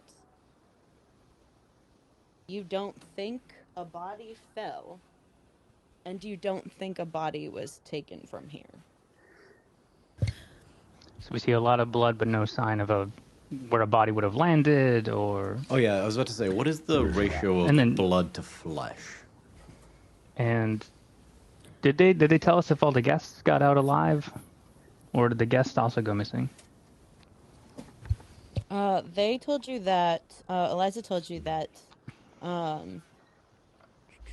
that just the entertainment for the night had died while they were there, and there have been a rash of these that are happening, and as this is number 3, people are unhappy and they need to know what the fuck is going on, and if it's a thing that will start to kill the upper echelon of society, or if it's just a thing that all of these little fun mediums that they're doing just have been playing with something too big, you know. Okay, so a bunch of rich people got around a medium, channeled something, the entertainment showed up, but only the entertainment died. The rich people all got out. Ain't that but the we history of all things? So fucking right. And presumably the medium got out as well, or is stuck in crystal ball. But we haven't seen any sign of dead bodies at this point. No, because you see where you'd imagine to see sort of at least unleveled balance of how kind of that blood's kind of coagulated. You would have imagined it kind of a raised area on each. If a body was there, then it dried, and then you move it, you still get a little bit of that. There's nothing there. There's evidence of people moving through. That's about all I see. The blood Sorry, go ahead. Norman pulls out like a device. Sorry. Norman pulls out a device and walks off a little bit and starts making a phone call. Didn't we also spot like silhouette or something like that up against the wall? Like. Yeah. With the bleed flashlight. I mean. Pull her up again, Bernie. With big bombs, I know that sometimes nothing more than like a shadow is left behind. Oh yeah, so. And that's exactly Brenton's. He was thinking exactly the same thing. Does this look like that? Does this look like one of the silhouettes one of the many silhouettes he's made in his military career? Yeah, this looks like. Oh yeah, that's a blast shadow, all right. So, I guess that explains why there's no body. Wrist lady went boom. Can I tell, okay, it can be hard depending on the proximity to the explosion, but the frame, like the build of whomever this was. We talking shorter, taller, feminine, masculine? Is there anything I can pick up? What posture were they in as well? Yeah. So it is taller, slender woman. You can tell from the silhouette, arms to the side. And were those all of your questions? Yeah. I think so. Arms to the side like Okay. this. Oh, caught her by surprise, if nothing else. The blood on the floor. How much? Hargreaves. Go ahead. Go ahead with your blood question, and I'll tell you after. How much of the blood is blood, and how much is their flesh? Like, is the blood purely liquid, or does it look like the blood may have been something else once? Kind of like if you've ever seen True Blood, when the vampires completely liquefy. It's like Gotcha. it's slightly chunkier, or like it's thicker because there was more that went into that blood. That there's like maybe just like the last bit on the top is like that, but with you knowing, here's what your wife would have told you about incidences like this. There have been recorded moments like this where mediums try and take on or like try to be a conduit to or power up something, and in those moments when they do that, the thing that they connected to, like, reaches into them and takes from them, and there is nothing left when that happens. And what you're seeing here is the bleed and blood and bleed, and then a bit of ash from whatever was left when it all went wrong. And there's a lot of blood and a very little amount of flesh. I relay the rest as well. The coin. Can I inspect the coin and see if I can identify anything about it, anything important? Of course, yes, you may. I need to do a roll for it. Yeah, let's see. Let's pull out the rolls. And you said the table's undamaged? Sorry, super quick. Yes, the table that the medium was using was undamaged. The big table that everybody else was at is burnt and Well, that's fucking weird. and broken. And do you want to do? Give me a focus if you want analytical knowledge, sense if you want mystical knowledge. Okay. And I am responding. I will do focus. Okay, so I'm rolling these 2 dice. 2 seconds, I need the restroom, sorry. Alright. Rolling on the system. Oh, I've just rolled it on the system, it makes it easier. So, mixed success with a 5. Wonderful. Alrighty, so with a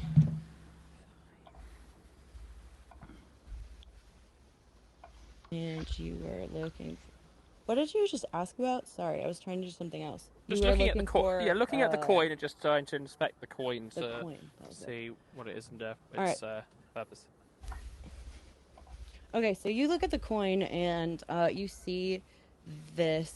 You see a relief of a woman's face on the back, and on the other side, you find a depiction of an eye with, and it is open.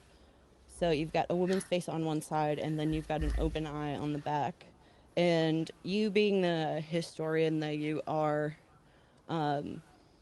you would know that this is an old This is like ancient Newfarian coin, probably from the time where this place was still an empire, and was able to mint their own coins and stuff as such. He kind of just looks at, kind of like twirls it in his fingers and goes, "This is a bit of history right there, but I'm not one for coin tricks." And he'll flick it over towards Felix. Yeah, Felix like catches it midway as if like he knew it was coming to him. And yeah, a few flicks between the fingers gives it a look over. So you said it was an open eye. Yes. With a sorry. So you say open eye with an image of a woman on the back, or? Correct. Yes. So you've got the open eye on one face, and then you've got the woman's profile on the other side. Okay. Could I, like, looking into that? Obviously, Walter has got the historical side of it. Is there any way that I can get like the occult side of it, of like, if it leads into anything, or if there's any history behind that may not be in books, something that would only come through. Absolutely. Basically, looking at the forbidden section of the Hogwarts library, is there anything that kind of comes up in my less than savory readings? Yes. So that's going to be a sense. That's going to be a sense roll under intuition. Intuition. Okay.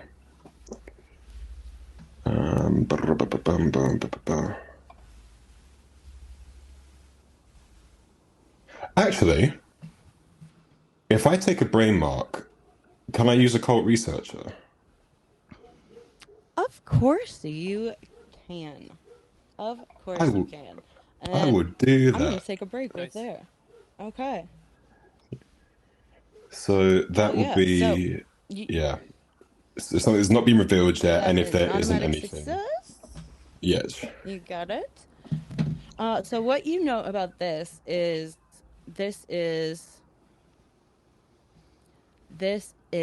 a coin from the Empress Iomi, and you know that in the occult world, anything that is connected to her, anything that is of her time, that if you connect with it, if you utilize it in the right way, these sorts of items and artifacts can be used as an amplifier in certain spaces. Okay. Kind of looking at the coin, kind of look over to Walter and just kind of say out loud to go, "Ooh, these people were trying to get into something big. This is this here ain't no regular coin." And he'll kind of like do this, almost like this showcase of, almost like a salesperson of trying to sell the coin back to you. It's like, this here ain't no regular coin. You see, many people would use artifacts such as this in order to amplify something in which they really shouldn't be getting their hands into. It seems to me like these here rich folk, and kind of looking around at the tables, and at this point he probably would have like pulled out one of the chairs and sat down at like the scorch table and just go, it seems like they were dipping their toes into the pool of forbiddenness, which they really shouldn't have been. And from the judges over there, looking at the mark on the wall, going, seems like they've paid the price, so to speak. Now, what I'm curious about is, whatever the fuck happened to them, are we in any danger here? And he's like looking around with like this mystical, like, ooh. Is this where the camera What's gonna happen? Yeah. Is this where the camera pans? Is this Yeah, like a the camera pans right and we go to behind you? break. Yeah. It's like everyone looks up. And with that, The insidious man. Oh no, Breton 100% would have like punched towards the ceiling upon like he just does that whenever he enters a room. Just instinctively, just like fires upwards. You'd be surprised how often that ends the confrontation right there. Right. Final question. Do we try cracking All that right, what you got wall for nut? me? This is me asking everybody. Well, that was my next thought. He says kind of, and he gently, not to smash it, but gently kind of like taps with his cane on the pewter bit on the crystal sphere and goes, probably could, with a bit of a whack. Breton looks to everybody else. All right. Compared to Alright. like, so we're take a step back, Walter. Breton raises his hand, and you see the like. There's like a sliding metallic mechanism that locks the wrist into place, and you hear as like these little hydraulic steam vents What type of... like lock the wrist into place. And he just will bring like the fist full force down on the crystal ball in a motion that tries to yeet it away from him slightly as well, so if it does smash and like detonate, it doesn't necessarily do so right next to him. I'll say as well that Felix, as he gears up and literally as it comes down, Felix basically like slides onto the table. Walter's drinking more whiskey. And So he's just stabbed that, like, as a happy, he's and just drinking whiskey. as your metallic hand hits this crystal, the sound that it makes is like this beautiful ringing of a bell, and it hangs in the air and then dies, and the crystal breaks in sort of like petals, just like falls to pieces in all of these, in the cracks and stuff that was in the center. You I find that when it immediately breaks, stand in it's all front of clear again. Bernadette. It doesn't do anything. It just, it's that sound, and it stops with no echo, and it's broken. It lays broken on the table. I told you there was no medium inside. Norman re-enters the room. And he says, possibly I have access to the maid and the waiter, but the only bodies I could find. They died after they were extracted. I'm looking into seeing if they talked to anybody before they passed away and getting access to their bodies before an autopsy is performed. And so the crystal ball just shattered. It's not like there was like a little wailing sprite or something that came out of it. Like nothing. No, nothing. It just that sound, and it it broke. Just sort of fell apart. My good doctor, did you get any other names of people that did make it out alive? Or, were treated and... No, I simply contacted the morgues to see, and those are the only two bodies I could find. Some more eyewitnesses could be beneficial. Yeah. If they said anything to anybody, I should be getting a report of what they said. So you broke the ball. Is my hand Bernadette, okay? you would know that Eliza was there. Your hand is good. Nothing happened. Yeah, Walter goes over well- and kind of like, as you're kind of like looking over your hand, he kind of like, weirdly gingerly, although you're kind of doing that as well, and it said like without any kind of preamble, kind of looks at it and kind of like does the thing of like flexing the fingers back, kind of looks at it, and then shrugs and nods. Seems to And you still said- be doing good. You said there was a bleed container that had busted open? Yes, there was one on the table. Is there any residue or anything inside of the container? There ask is. Marta. Bernadette to shine the flashlight on it. There's residue on the inside, and there is residue on, so it's essentially a glass cylinder, and then wire around the outside of it. So there is residue on the wire where they had to like pull it, make it bigger, and then in the glass as well. Okay, I'll take scrape samples of the bleed inside and outside, and then I don't know, pull like a backpack and put the whole container in there for study later. Okie doke. Okie doke. Okie doke. Is there anywhere else in here you guys want to go check out? I'm guessing there was no guest book, but perhaps is there? I don't know how these rich folk live, but did they ever have sort of like a guest list or some kind of like? Do the tables have name cards? Do we have an idea from there? Like, can we find anything that might lead us to find out who was here that we can then chase down as additional leads?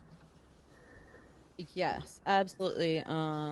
You would know that most of the help for this house would have been here. You know that they would have needed to hire servers and like Norman just said, there would have been like waiters. Those people would have been here. They would have been able to see who's there. You can also ask if you can find the owner of the house. You could see if you can ask them as well. Does it sound? But no one's in the house at the moment, right? We've not found anyone else in the room. So. Not that's come up to see you or anything. Okay. Like you've been pretty much alone as you guys have been here. What would the coat check policy be like at a place like this, especially for like at least very broad out of character question as well, like for a world such as Candela Obscura? You know, guns are one thing to check at the door, but like if someone had a very suspicious shrunken head around there, like 'cause people know about the occult kind of thing, like. Is the because the crystal ball is not small. Like no, it's not. Would it have raised any red flags? Like let's say like we're not talking about a rich establishment. We're talking about just a regular establishment that might have coat check policies.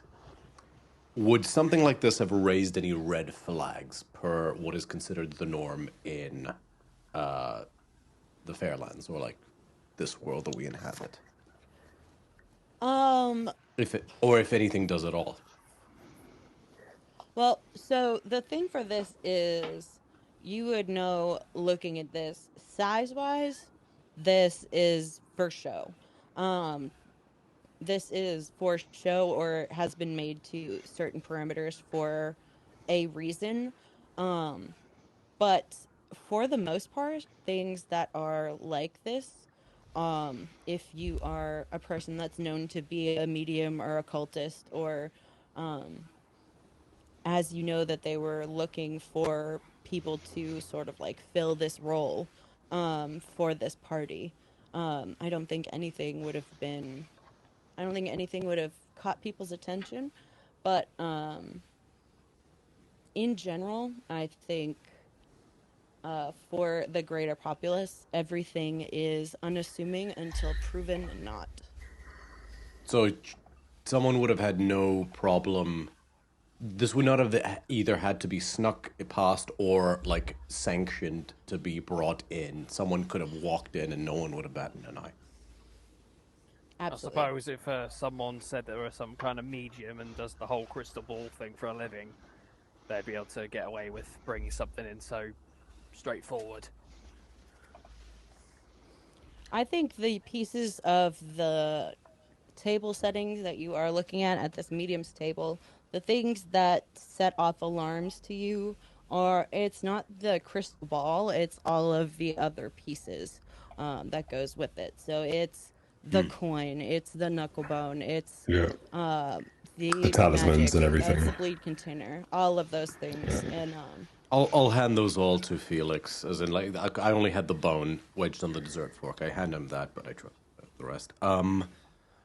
What's right next to this room? Entertaining my earlier theory for a moment, because if I was trying to nick something or kill somebody or anything like that, in a specific area of this building, I'd want to set off something nasty right next to where I wanted to go. That way everybody would have fled away from it. What's right next to this room? Alrighty, so for the layout, you've got on the left-hand side, you've got kitchens. You've got 2 doors on the long wall on the left-hand side. Both doors lead into the kitchen. You've got, if you want to follow straight down this line of the banquet table and up through where the medium was sitting. The medium was sitting, and behind her was this big staircase that you looking at it and just getting the gist for this house would have been like main entrance to come down and like make an entrance into society. You would come down these stairs. So you've got the stairs, and the medium is at the foot in the little alcove of the stairs. So you've got upstairs, there's a door up there. And then on the other wall are the rooms that you, like the foyer and the waiting room that you guys came through to get here. I want to know what's up these stairs. Alrighty. Anybody I'll, else? End up I'm going going up to the take a walk stairs. through and just see if there is anyone else that's still hiding about, as it were. So I will kind of just do. I'm just going to just casually just walk through the rest of the ground floor to see if there's to see if I can find anyone else while Mr. Hargreaves goes upstairs. Okie doke. Alright, we will come right back to that, and we are going to follow Mr. Hargreaves upstairs, and anybody else who would like to go with him. So I got Bernadette with me. And, Anybody else? I'm joining. Politely decline. Very well. So you go up the stairs, and you've got, you have this hallway, and it's not a long hallway. You've got the 2 long walls, you've got the short wall at the end, you have another door at the end, and then you've got immediately next to you a door on each side. And you can stretch out your arms and you can reach like the entirety of the space in this little section of the room. So which one would you like to go through? Left and right. Alrighty. Is there? Sorry, I'm just double checking. There's a left and the right door. Is there any discrepancy in ornamentation on either door, or are they identical?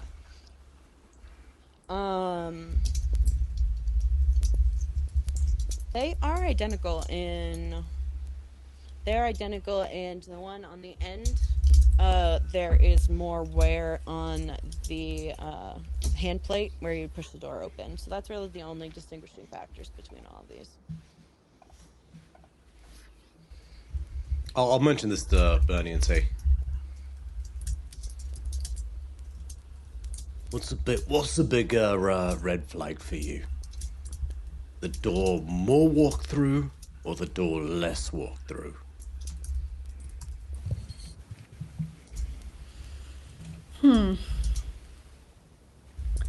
Well, I'm always more for the path less followed, so let's go there. That one. All right, we will try the door with less wear, where you would turn the handle. Okay. So you guys step into this room, and this one's a men's dressing room, and there are like mannequins, empty mannequins on the far end, and there is this big desk. When you walk in, the desk is filled with things. It's got like little items and trinkets and like there's this is the most lived in part of this home that you have seen, and um there's no one in here. It's dark. None of the lights have been lit, and it doesn't smell like the fire's been lit in here either. Mannequins have stuff on them? Mannequins do not have stuff on them. You just thinking about it, it was probably like the nice clothes that were worn and worn out of this home when everything happened. So nothing's on them at the moment. Right. I'll rifle through the trinkets. Anything... Bernie, anything... You'll know better than me. Anything, out of the ordinary. Okay, can I don't know how the mechanics work. Roll sense to, I don't know, feel if there's Absolutely. anything giving off a vibe. No? Yes. Yes. You can. Okay. And I'm gonna open your... Just opening your sheet. Okay, so... I rolled a 3 and a 4, so that's 4 then? Question mark. Okie doke. Mixed success. Yes. Alrighty. So what you notice is that when you go looking through this man's desk, you end up coming across you sense a badge and a pin for the Office of Paranormal something or other. You and your mother's talked about them before. You know them to be the paranormal arm of the police that sometimes trip up and derail and get in Candela's way. Oh, fuck me, I know those pricks. Yeah. Amount of times me and your mother had to clean up one of their messes. Well, just like the good old times for you then, right? I hated those times. It's when I Great. missed you most. Shut up. Okay, I'm gonna search through the desk, and I'd like to check for any hidden stuff, but he's gonna do it in Breton's way. So, like, rather than checking for little grooves and stuff like that, or, like, little hidden buttons, he'll, like, pull the drawer out and, like, tear it in half and, like, check if there's a false bottom to the drawer that way. Sounds good. Like, Sounds good. he knows what to look for, but he does not have the eyes for it, so he'd rather just, like, burn the forest down, so to speak. So you... Actually, why don't you give me a roll, too? Yeah, give me a...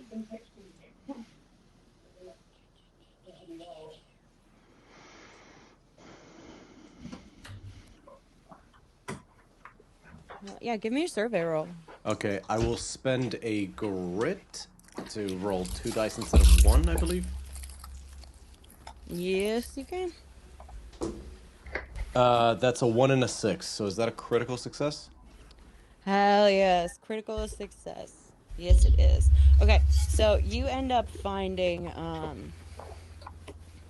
you find in the center slim drawer of his desk, Just rip the whole flipped. drawer out.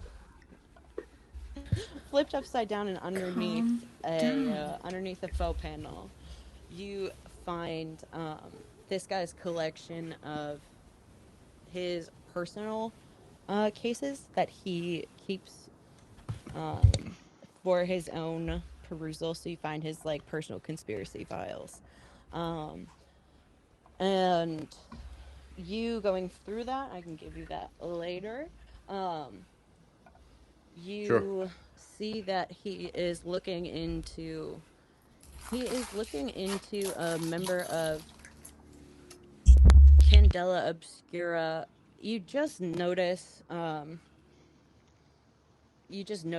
name going by, and Hold on. it's one that you have recognized before. His name is Morgan.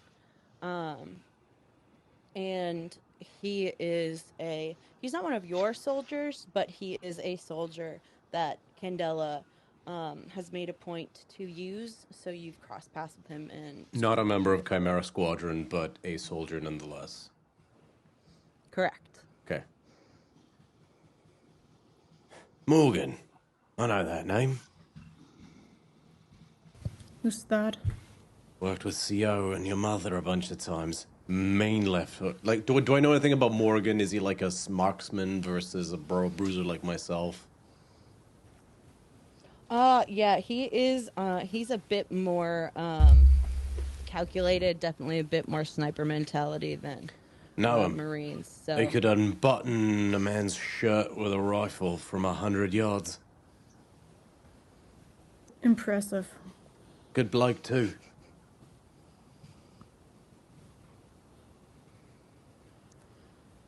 all right. Why are they You guys wanna after go check him? the other door? Yeah. Right before I do that, can I is there anything, and I mean anything, about Morgan that I can remember that was a little suspicious? Like, was he very private? Did he keep to himself? Did he have a weird ring that he would thumb often? I go full Charlie Day with the connecting the dots and trying to think of like can I think of anything about him that was weird? Yes. Well, no, less weird and more of a pressure point that could be utilized. And you know that he lost everyone, like his family, like his brothers, sisters, mother's father, and like his wife and kids, when he went to the Great War. Cool, fuck me. And in the earlier years, he lost everything early on and just got better the longer he was in. And he's dedicated. Fuck, he's dedicated. You'll give him that. What's his name again, sorry? Morgan.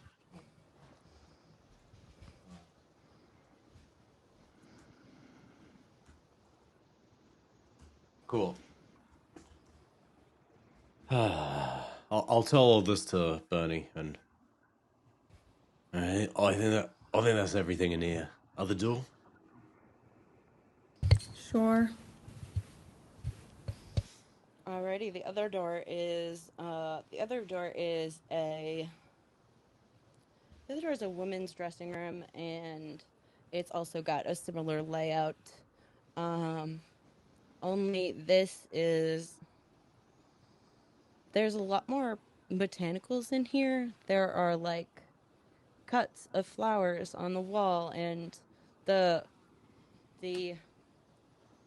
far wall, where in the men's room it was books, the far wall in the women's room is a glass wall, and it leads to this expansive greenhouse aviary looking room that extends beyond it and goes down the side of the house, which you can access from in here. But in this room, there's a very big table with specimens, like root cuttings and like leaves laid out and tracings happening, and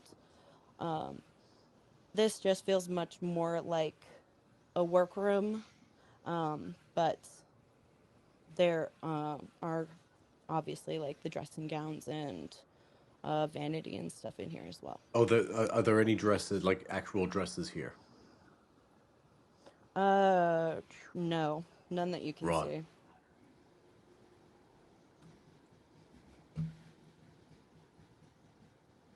Don't you make anything out of those plants?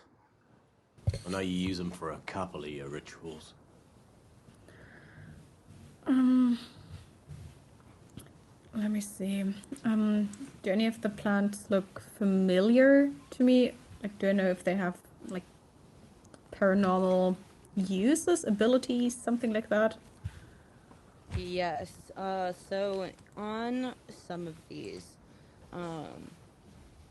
there are, like, you would notice, foxglove and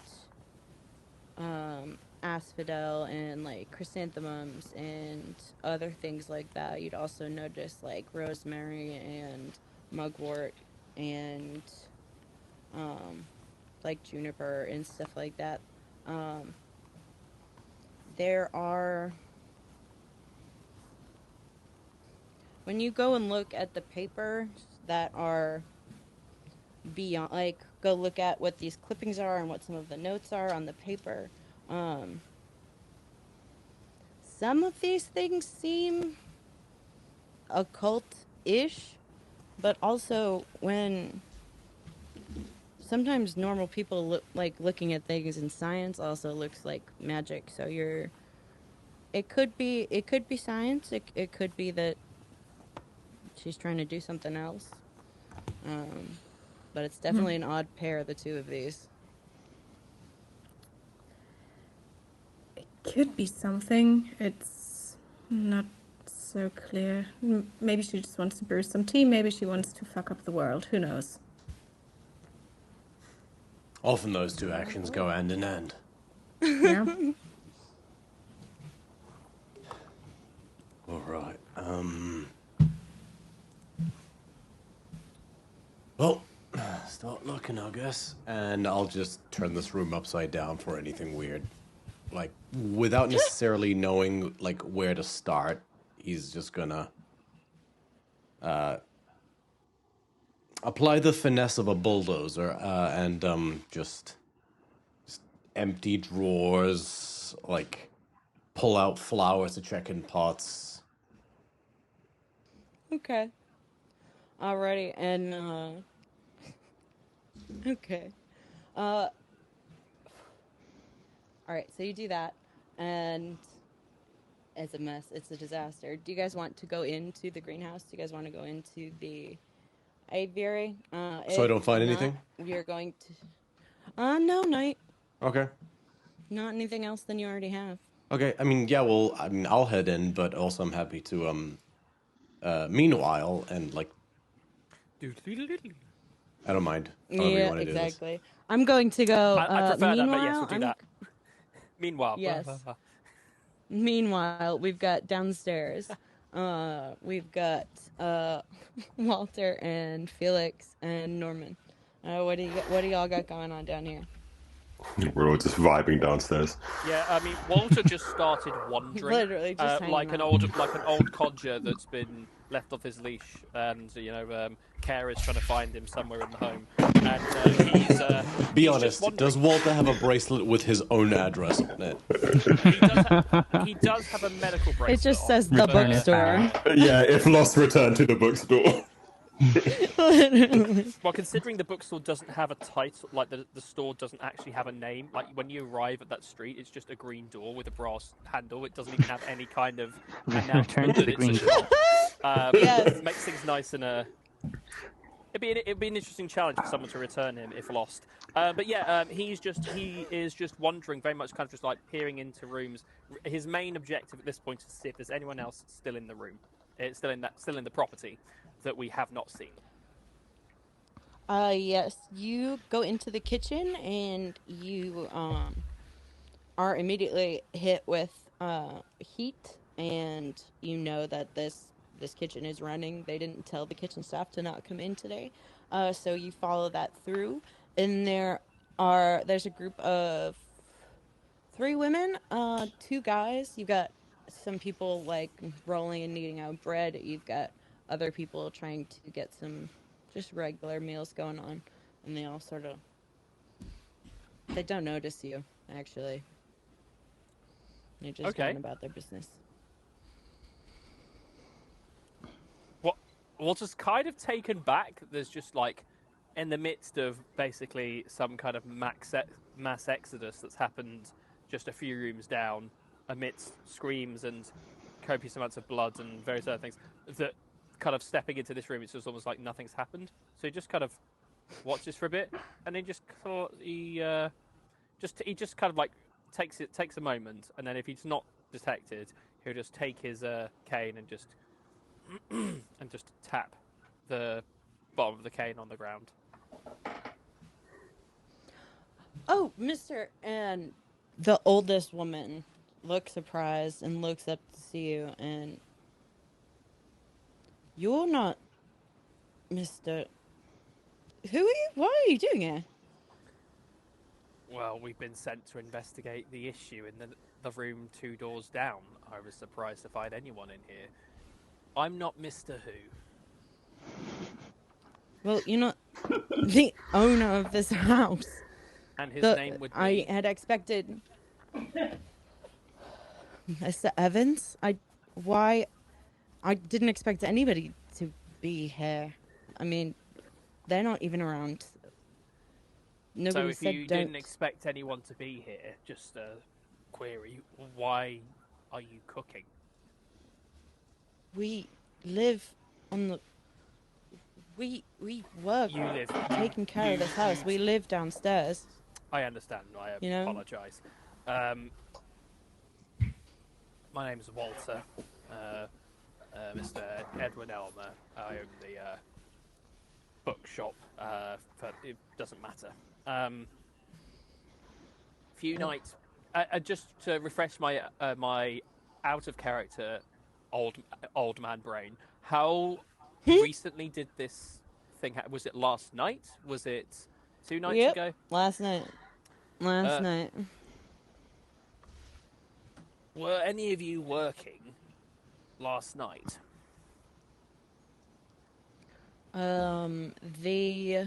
There's a younger girl and the older boy.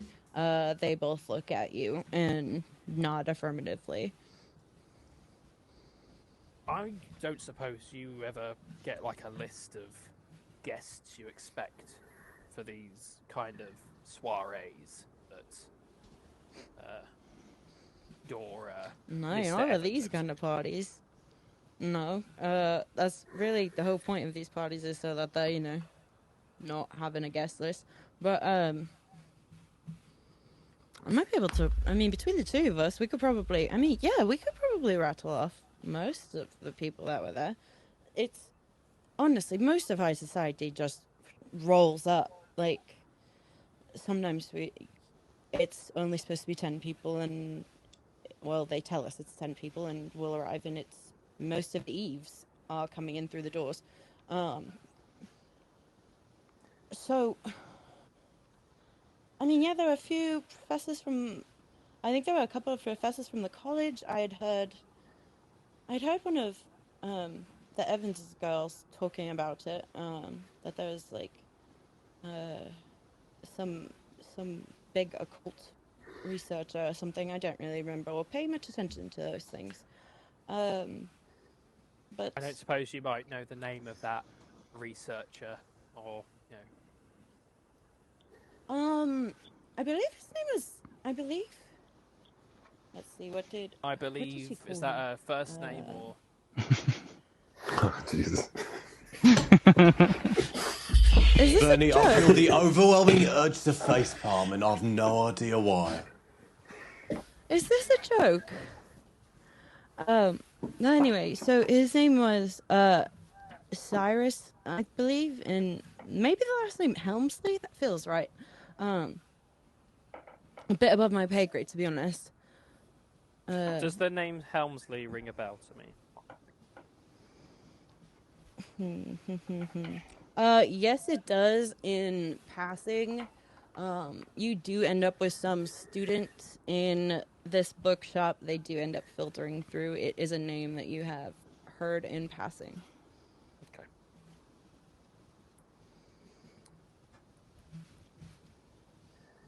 And then, and the young man pretty much just goes on to rattle off what you know to be most of your What he'll high do is buying he clientele. reach into one of his pockets and will pull out what looks to be like a scrap of parchment that's been torn from a book that just had some blank pages at like the foot or end of the thing there, and hands a pen and requests, if you don't mind, this ain't as spry as it used to be. A written list would be helpful for me and my colleagues. All right, and so he, the two of them, they like sort of go over and talk, and they write out that list for you. They are sure to include the Cyrus Helmsley's name, and they probably give you a list of about 15 people Okay. to go and chat with. Some off the rip, you know, to be connected to Candela in some way. Any of them And directly others, connected to Eliza? actually, yes. You would know that Eliza works closely with another woman whose name is Alexandra. She has been to the bookstore maybe twice at most. But you recognize her name and her last name, mainly because when you heard it, you were like, that is probably a very interesting name to write out in pen. And it is Alexandra Ossipee, and that's the only reason why you remember her name. Yeah. Okay. While they're writing the list down, because he's kind of like he's kind of aware that there's the other servants kind of in the room, kind of still trying to work out where he is. So he's not, but he's also not paying them a huge amount of mind. So as they're writing it down, he's going to kind of get closer to them and kind of just ask quietly and go, "Why are you doing that? Did any of you hear or see anything peculiar than you would expect at some of these events? Anything that might help us work out what happened and kind of nip whatever the problem is in the bud."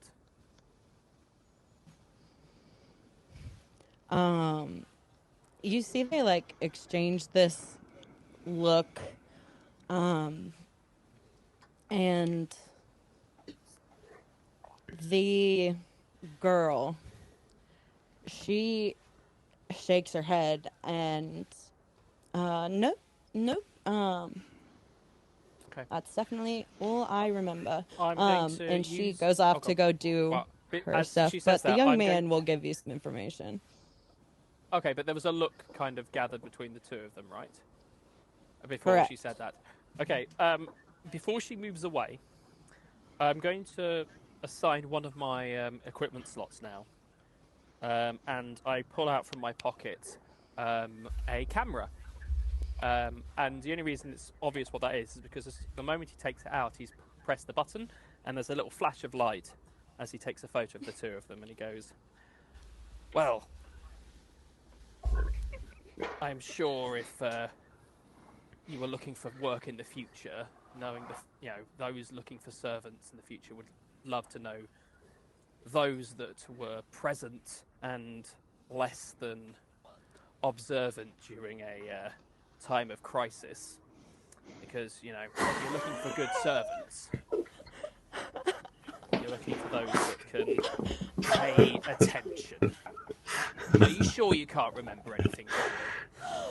Make a sway roll, babe. Holy shit. All right. Right, so I don't think I have much in this, so I might have to see what I can kind of roll with that. So let's have a look. So my sway, I've got nothing in that. So Wow. So I know the mechanics of this, right? So if rolling normally, that would be taking the lowest roll. If I use a Yep. cunning, Correct. because I have a cunning, what does that allow me to? What if I spent a Using cunning? a cunning, I'll let you roll 2 and roll normally. So you can roll 2 and then you take the higher. Understood. Okay, well that's what we're gonna do. Let's roll my peculiar dice. Bless you. Bless you. Thank you. From upstairs. Okay. Just Bless you. Very much akin to what you The got, dad Romeo. That is noises. a 1 and a 6. oh, I can do a wicked dad sneeze. This max Please minion don't. is gonna work for you, bro. Yeah.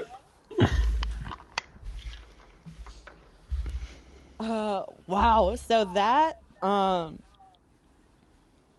truly the hard left that this conversation took just sort of like puts the woman back from like, oh, I was helping and I was deciding to not help, to then be like, oh, like I am an employee here and just have to like my job is answering this man's question. And so the young man, he just sort of like his eyes open up a little bit and he then like launches into what he was going to tell you anyway, which was oh,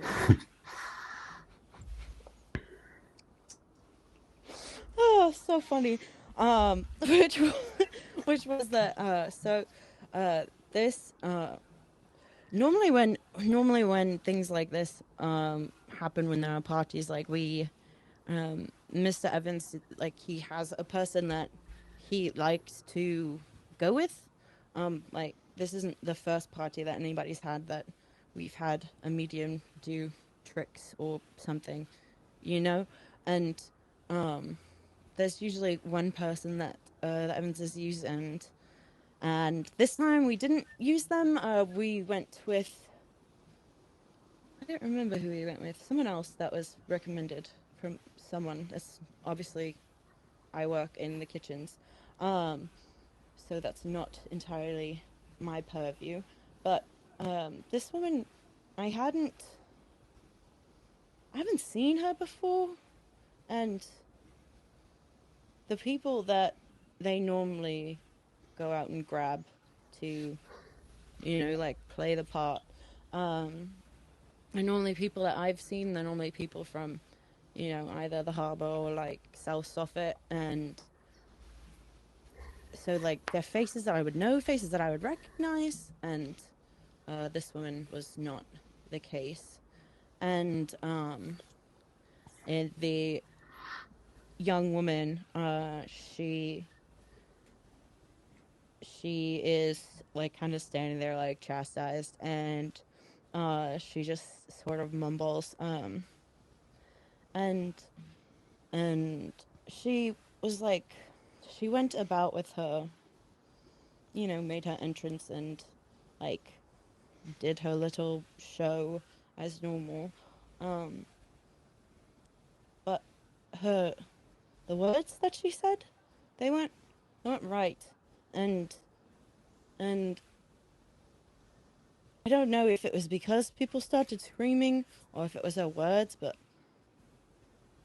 I don't know. It sounded like all of the windows had blown open in like this great gale, and the wind was screaming, but everything was closed, and it was just her talking. But then there was blood everywhere, and and and it started burning at some point. I don't remember. It was,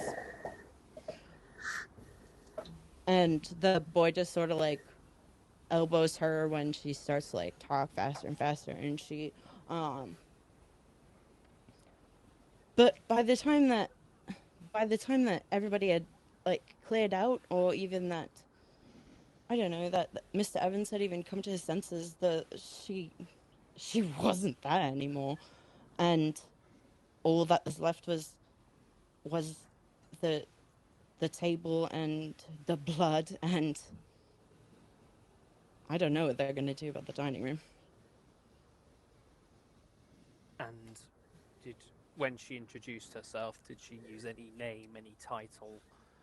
Can you remember anything about any of the words that she said? Details would be really helpful.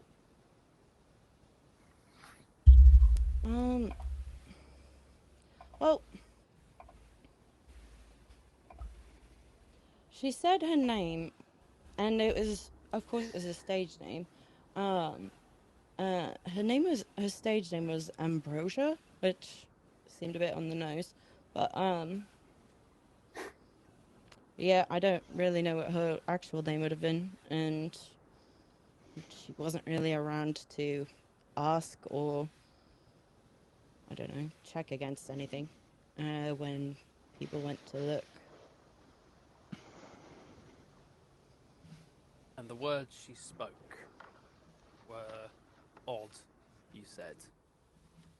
Any phrases you caught, any particular words or sounds that stuck in your mind beyond the sound of the screams in the glass? Anything that might help me identify or have a hope of guessing what it was that she said?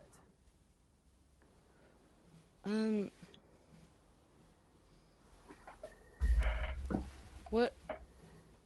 The only thing that I understood that she said was, I think she said the word keyhole, but I don't. The rest of it just sounded like garbled nonsense. But it sounded like key, and I'm sorry, it was pandemonium by that point. I really do not know what words she was saying. Am I getting the impression that, although I've kind of shocked them into at least giving something, am I getting the idea that they are at least on the level with what they've told me, and I'm not getting any false flags here? Yes, absolutely. You definitely startled her into telling as much truth as she's got. Yeah. Okay. What had turned into a bit of a sterner and kind of like colder expression while he wrote down softens a little bit when he looked towards the two of them. He'll reach into the camera and pop open the film, and will tear off one of the last, like the latest, like end bits of it, and goes, "Well, I am forgetful at times, aren't I? Tend to lose things." And I just kind of flick it onto the floor. You've been very helpful. And he will leave and find the rest of the group. All right. And you see the older woman sort of like picks up the photo and like puts it in like one of the little like tuck-in places of her apron and stuff.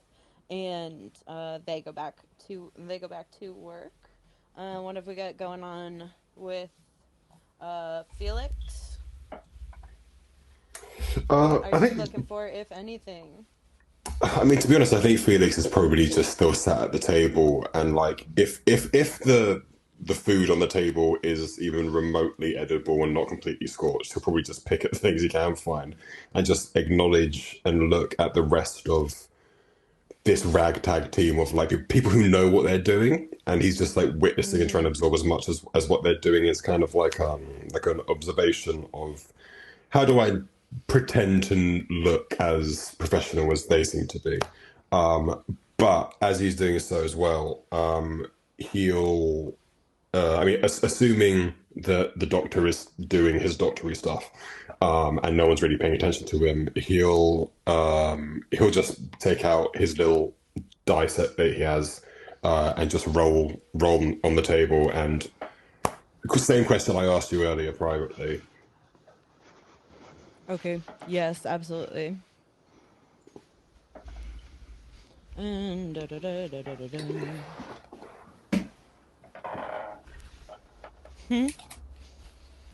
yes.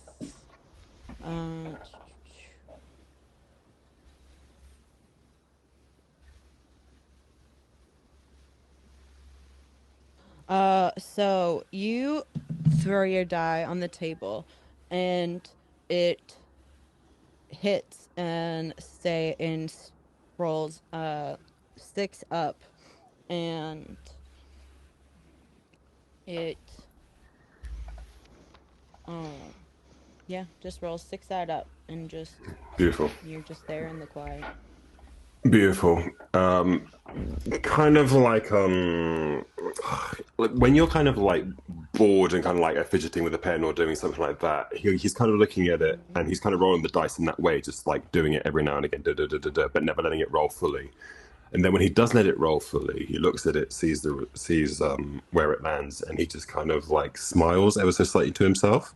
And he just kind of looks over to the doctor and says, "My man, we haven't been properly introduced. What is it you are a doctor of?" Well, I work at the sanitarium, and I help with the mental disorders caused by those who have been exposed to bleed and general healing. Nothing super important or particularly of interest. I'm just here to patch people up. I respectfully disagree. I think in the world the way it is now, that is one of the more interesting roles that you can probably find in society. My question is, how did you find yourself wound up with this little group of wandering adventurers? Curiosity killed the cat, or do you have a speciality you want to bring to the table?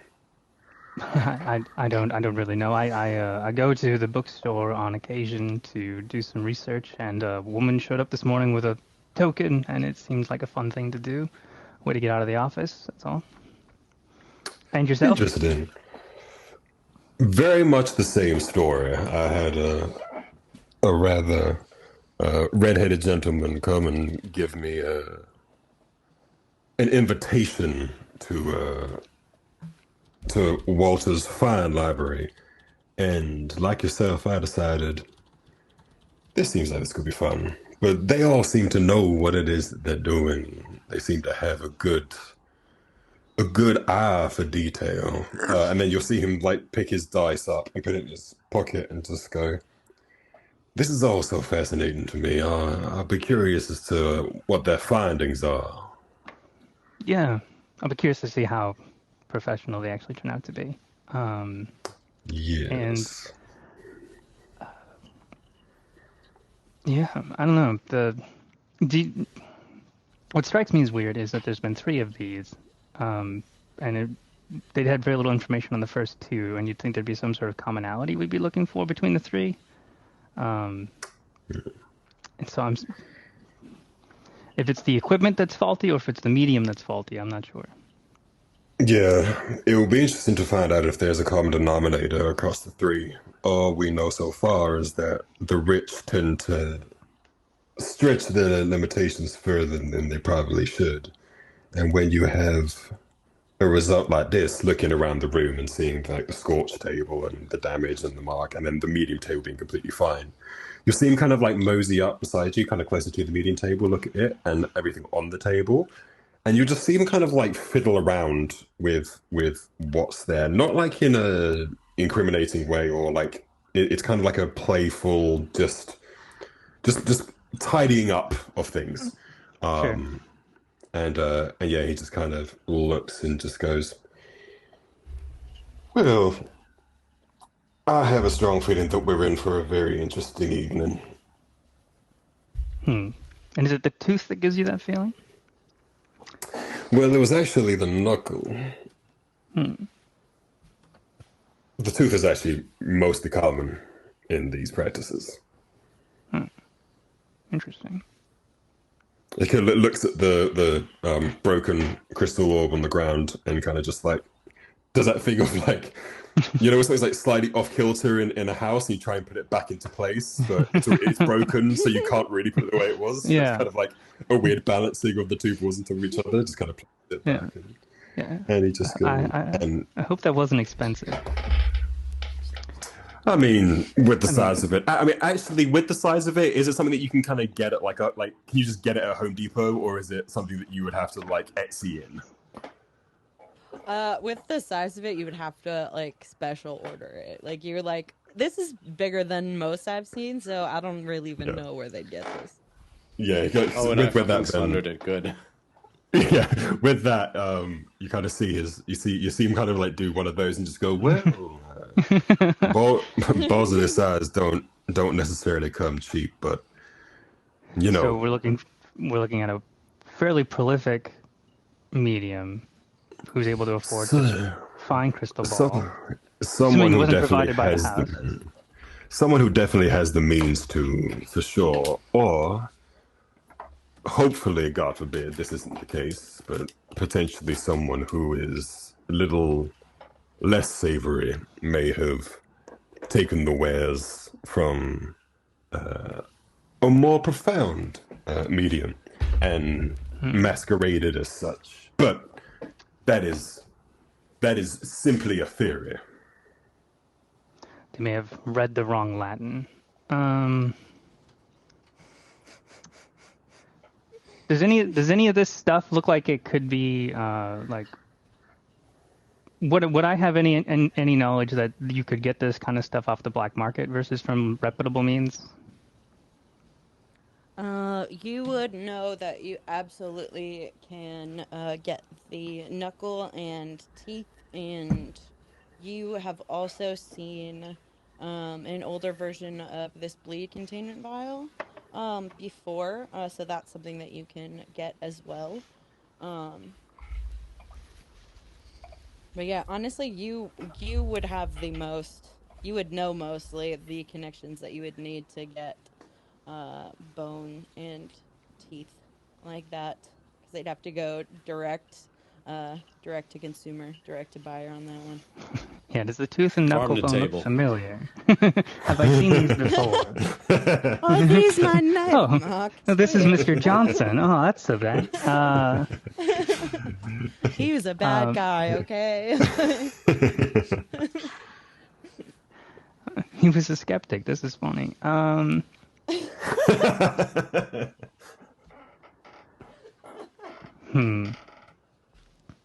Okay. Like, I pull out another jar. It's like, do you want to keep the tooth and knuckle, or should I take those? I could maybe look at them a little bit more closely. Oh, by all means, feel free to take them. I myself would have no need for these. Fantastic. So, are you a dabbler in the occult yourself, or You see him do one of those like clutch the me? pearls moments. It's just like me, dabble in the occult. That is a mighty fine assumption. Never. How dare you? I said good day, sir. Oh, But no, Where no. the He fuck kind did of looks. Felix go? But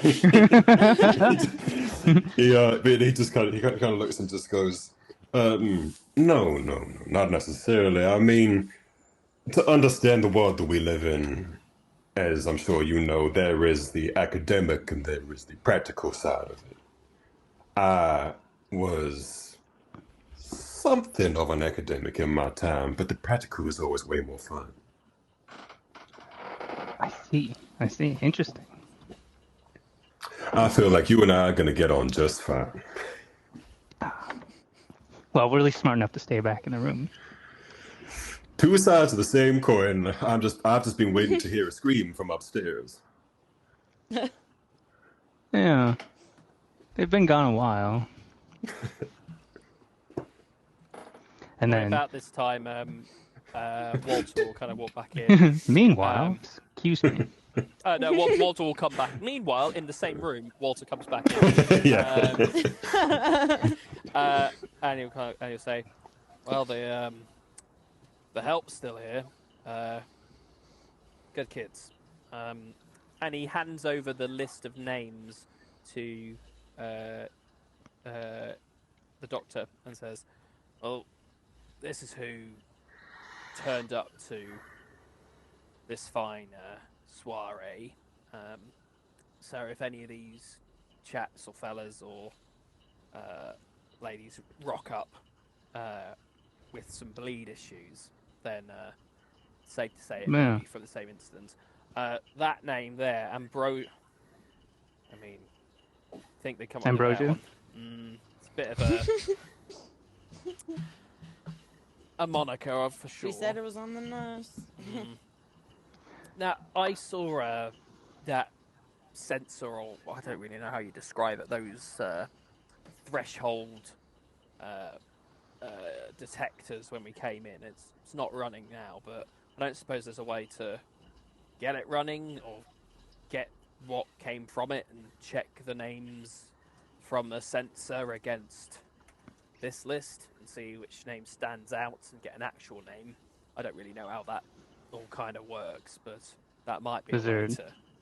Was there security staff still here, or is it just the house staff? I just found the house staff. I don't know if there would be security or not, but I think the security forms in a way of... I'm not really sure how these things really work. I've never really seen them in action, but you saw the writing on that I point out on the gate and on the front door. Yeah. In theory, don't ask me how, it keeps a track of who's in and who's out. It wasn't working when we came in, because I guess it stopped working. I don't know how they start them working, but if it can be brought to life, maybe we can check some names off a list and see if any stand out. And he looks over to Felix and goes, I don't know if you have any clues how to do something like that. I might need to rely to Mademoiselle Hargreaves. I mean, would I? Yes. You give me a...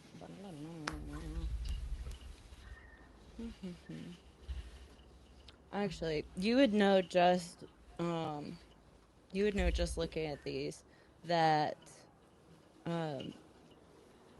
these two like runic inscriptions, runic staves, like when used in tandem, the first one was a protection equivalent, and the second one was a what came to your mind immediately was threading and binding. So looking at the context of everything here, you think that every single party goer that accepted this invite and walked over the thresholds was looped into and bound to this ritual that this medium was amassing. And I think suddenly the magnitude of power that these people were trying to corral is made obvious to you. Okay. Kind of feeding that back and kind of adding the concept of I kind of probably would jokingly say, looking around just going, well, it doesn't really seem like the protection part of it did a fat lot of good for them, but when it comes to stuff like this, they put stuff in place which leads me to believe that they must have had, or whoever it was that orchestrated this must have had some understanding that what was bound to happen was, for lack of a better term, a wider net than they could probably fish with. It seems like they had something in place in case shit went south, and shit seems to have went south pretty quickly.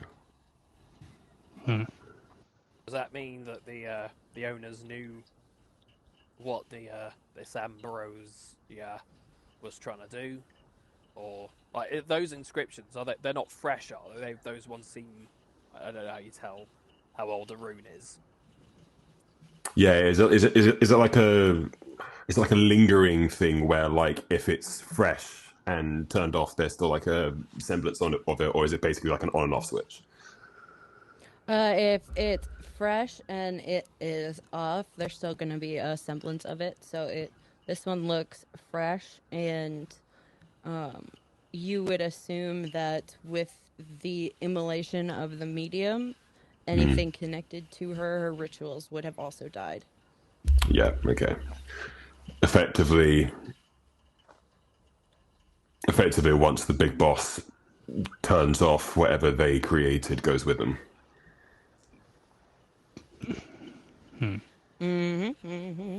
How obvious were those like that? How it works? So they would have had to know it was there before they accepted, right? That Yeah, kind of it's like that my front understanding door kind of is, thing, right? yeah, it's a consent thing of just like you are willingly stepping over this threshold, So knowing what you're stepping we're into. not getting anything that someone's snuck in and snuck a booby trap ahead of time, and everyone knew what could have happened or what was in theory going to happen. Yes, that's much more. That's much more it. Everybody knew in theory what was going to happen, and in theory they were all totally cool with it. And when she then did something that wasn't question mark what it was supposed to be, then shit went sideways. So I guess the next thing Yeah. is to find out from any of these living witnesses what was supposed to happen, why this ambrosia. By the way, this ambrosia isn't their normal medium. I don't know what a normal medium looks like, but this was someone different than they've normally used. So, again, whether or not Do yeah. do we know who hired the medium? I would The assume it's the description I got. Well, from what I gathered, a Mr. Evans, who I think is the owner of the. well, And is he in the hospital or is he here? I don't know that, unfortunately. Oh. Might be worth pulling your strings to see. I know you checked the morgue, but maybe Yeah. using that wider net analogy, see where the rest of them ended up. Yeah. I'll go make a call again, and I'll walk off and make a call and try to see if I can find out where Mr. Evans ended up while they deal with the security stuff. Okie doke. Okie doke. So we're assuming that the Argreaves are dead then. yeah, the Hawkins is just like the ring. At that moment, you hear like a faint rumble explosion. Oh God, the BBEG in the botany room. No. It was the medium in the drawing room with the crystal sphere. Damn, it's been solved. Yeah, I think Right, I'm just going to wait so- until we get the Hargreaves back and find out what they found. No. Okie doke. My dear duo up there. Mm-hmm. What would you like? What do would we you like see? To do? Would you like to go forward? You are standing in front of the wall of the greenhouse in that woman's dressing room, workroom. You assume the wall at the end. You assume the door at the end of the hallway upstairs also would lead into this greenhouse. Right. It's big enough. I'll try the door. Okay, doke. It is actually you pretty much ripped this room apart, so you found the key to get in there. So you put the key in the lock, and you can go in there, and it is warm and smells like rot and this rush of like warm air. And Fuck me, Bernie. Warn a moldy man dirt first. Smell.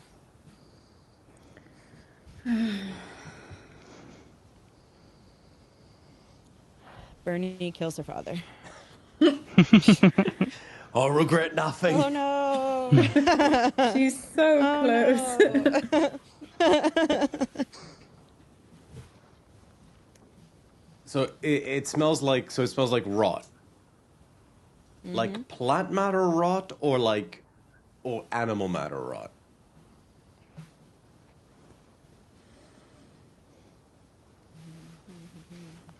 You want to roll a read for it? Sure. Or a survey. I'll give you read or survey. I will take survey because I do not have read. So if I have 1 dot, it means I roll 2 dice, right? Correct. Yep. That's a 1 and a 5. Hey, alrighty. So it's a bit thicker than the basement of the bookshop. And it's thick enough to give you pause. No, I don't know if Brenton knows this, but Romeo does know this. Are there any, like, feel free to veto it, but are there any suspiciously large, fleshy flowers? And I'm talking like this big. Oh, Rafflesia. Yeah, corpse flower. The flower that literally smells like rotting meat. No, none of those. I was really hoping to see one of those. I was really hoping to see I one of was those. just thinking that too. Sorry, what was that? Oh, durian fruit. I was thinking of durians. yeah. Yeah. I was really hoping to see other of those plants in here, because without them, then there's a much worse explanation for that smell. Oh no. Yes, there is. Hold on. Is there like a stick? Is there a trowel or something? Yes, actually, if you walk in there on the, like right by the door, there is just like the little arrangement of like gardening tools. I'll grab something Wrapping. thin and I'll just gently insert it into the earth where the earth looks softest. Do I feel like I'm immediately encountering something that feels suspiciously like, you know, brittle, like sticks or something that is actually bones? No. No. No, but do you like this? Walking in the door, you come out and you're on like, the floor that you're on is like metal grating, and you have to go down essentially like a fire escape to hit.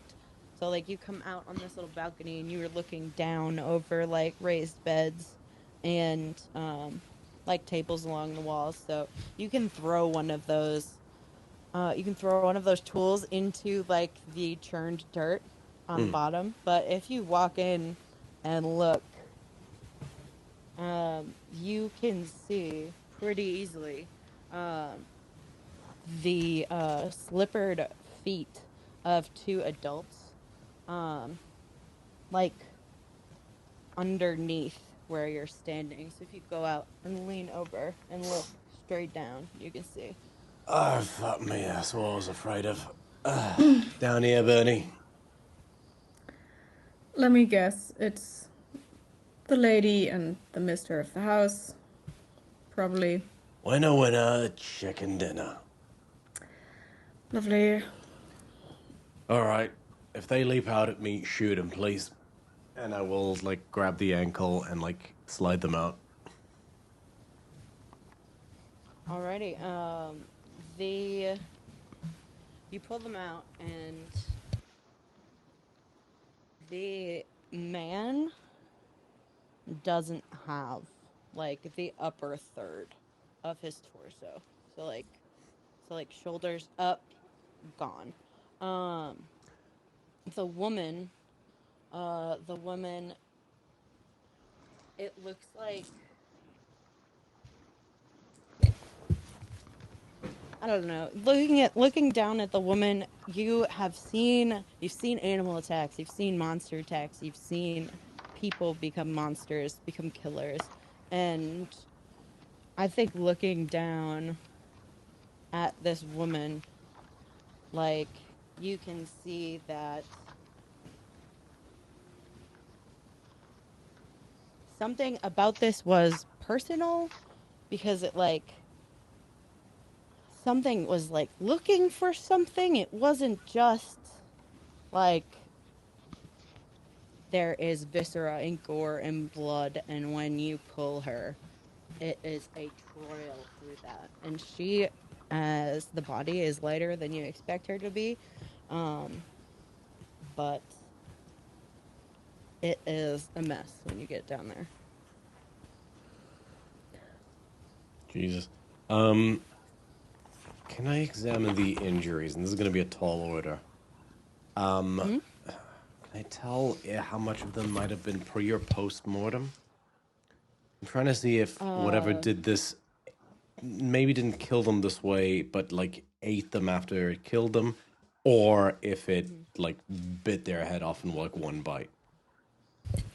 Okay. Should I go If fetch our doctor? Yep, do that. Okay, I'll be right back.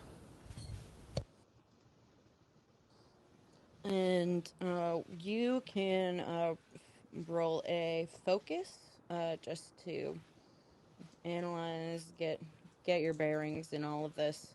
I'm not gonna. The heck? I'll spend another grit. Roll 3. It's a 4, a 1, and a 5. Hey, all right. So mixed success. So, looking down at this, looking down at the woman,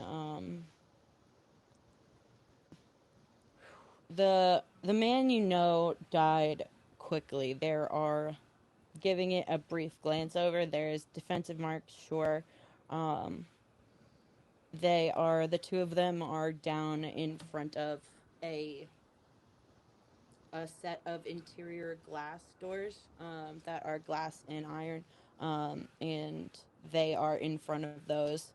And you can see paneled wooden doors through those glass doors, so they came in here and it looks like barricaded themselves. But the man went first and went quickly, and the woman went after and did not get that luxury.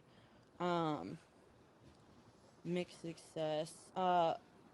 You looking at her and just sort of like, kind of like eyeballing and picking her up. There's something interior that is missing. You are not adept enough to know specifically, but you've manhandled enough people to know that the weight is wrong.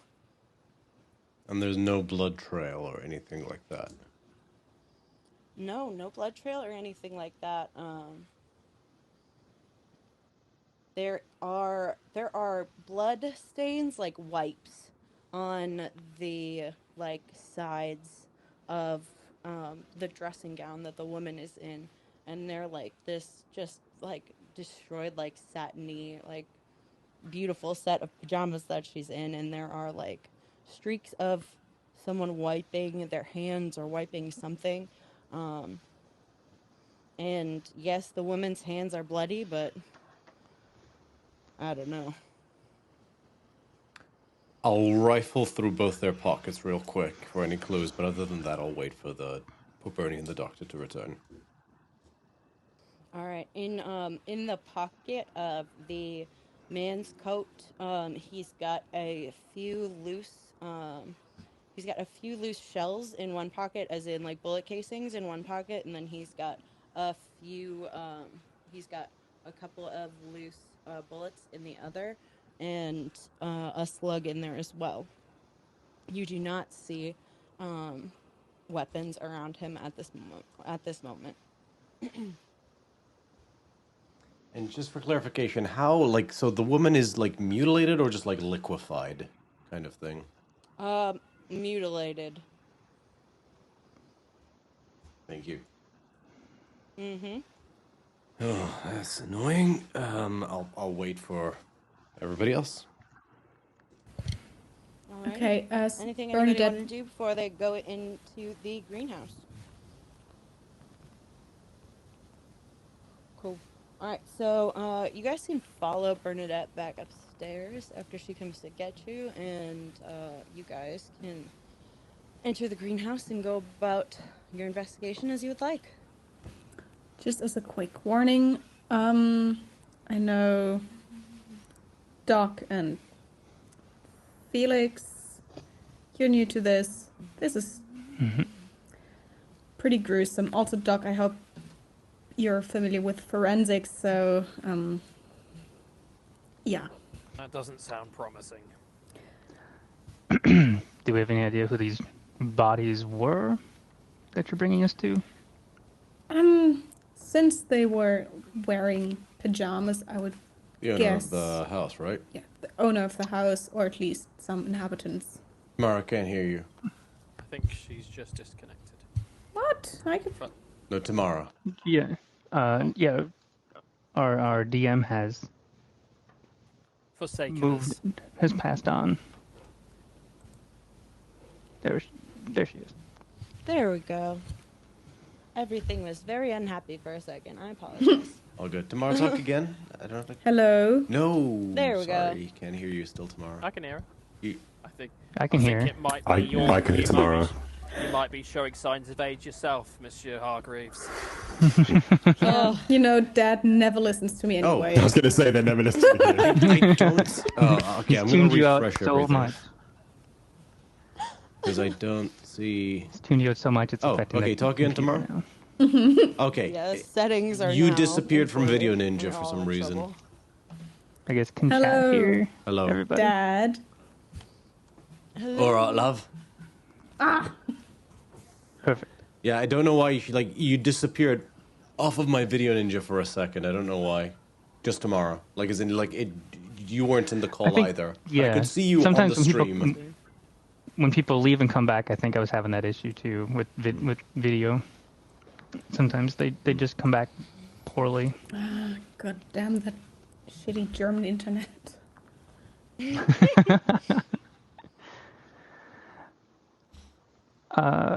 Okay, so we're heading towards the green room. We've been warned that it's gruesome, and Tamara's internet's striking again. Oh, oh. She's hate back. I this. gotta go.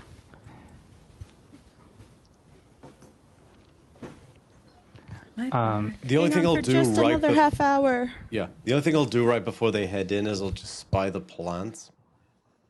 And I will just give one of them a tentative flick just in case, I don't know, it stands up and it's like a camouflaged predator or something. The fern just curls in on itself. The leaves just curl in and close up. Oh, good, it's a cowardly fern. You think so? Am I paranoid? No. That fern does not want the smoke. So you guys head into the green room. So is this on the second floor then? Or is it's upstairs? Then? Yes, it is. It's upstairs. It also, if you guys try and go through the door at the end, it will lead there. But she knows the upstairs way. So we enter the room, and there's two bodies, a male and female, on the ground. The male looks like he died first and died quickly, and the woman is mutilated. Is that what you said? Correct. Okay. Quickly sort of assessing that and seeing the woman's the more mutilated one, I'll ask for my flashlight back, shine that on her, and look for where possibly the bleed is more concentrated, and then start investigating the body for any clues as to what happened, putting on a mask so I don't breathe in any other gunk. Okay. Does not offer anyone else a mask. Focus roll, doctor. Okay. Would you consider this dissection as I'm investigating the corpse? Yes, I would. Perfect. Get Then, those dental records as well. See if we can find. are they missing a teeth and a knuckle bone? Okay, so that's You said those One- were old things, but still worth checking. one die plus your skill, so that's 3 dice, and then because it's dissection, 2 of those are gilded. Great. And since this seems important, I will spend an intuition to get another die. So 4 dice. And I got a 6. Nice. Okay.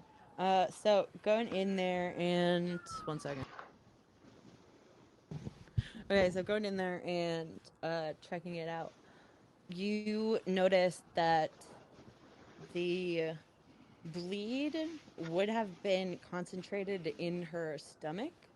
You can sort of follow it down, where her esophagus would have been and where her stomach would have been. but that's gone. So you can kind of follow the traces of it.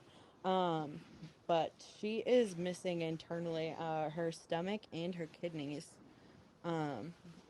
which to you would mean that if the bleed was in her stomach, then it would also end up in her kidneys, and they took both of it. Oh, it took both of them, and it's just you don't really know anything that would. You haven't seen do that. anything that could smell it that way. You haven't seen anything that would know enough. Like everything about this is just you don't even like. You're like, this is not normal. Fascinating. Does the removal look like it was done via knives, scalpels, claws? The removal is the cleanest and most controlled thing that happened here. So I think you only notice in a matter of degrees of like intensity that everything else is jagged and ripped, and this is a cut. Okay, so they ripped her open, then carefully removed the organs to the best of their ability. So whatever did that didn't necessarily take him. Or didn't care until I got there and then suddenly pulled out a knife. So, How courteous. do we see any footprints, bloody footprints, anything like that in the area? I You said would there have was hand looked for swipes. those. Yeah, you said there was hand There swipes was, that may or may not have been the people that died. yeah, of just like on the, yeah, and like you looking down at the mother, and it's like, there, something was careful enough that you're not sure where the care came in, but someone wiped their hands to take stuff out of this woman. Like someone ripped her open like an animal and then wiped their hands. To clean And off the blood, okay. So they probably did something not. isn't adding up here, and they the vibe that you're getting from the layout of this is it looks like these people had run in here to like barricade themselves, protect themselves or something. And this was not the safe place that they thought it was. Wait a minute. The door was locked. I quickly scan any holes or anything like that. You see it's a big greenhouse, but now that you're listening, you can hear there's a broken window in here somewhere. There's wind coming in. You can hear that vacuum and the whistle of it. Are we on ground floor or are we on several floors up?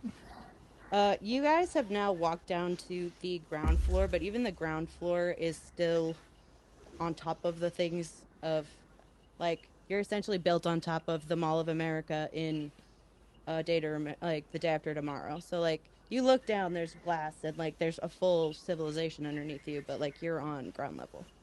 So someone would have to fly to get into this window effectively. Yeah, or climb up from underneath, or yeah. I'll follow. Try to find the I'll follow the sound of the breeze. You end up getting pulled to the back corner, and it's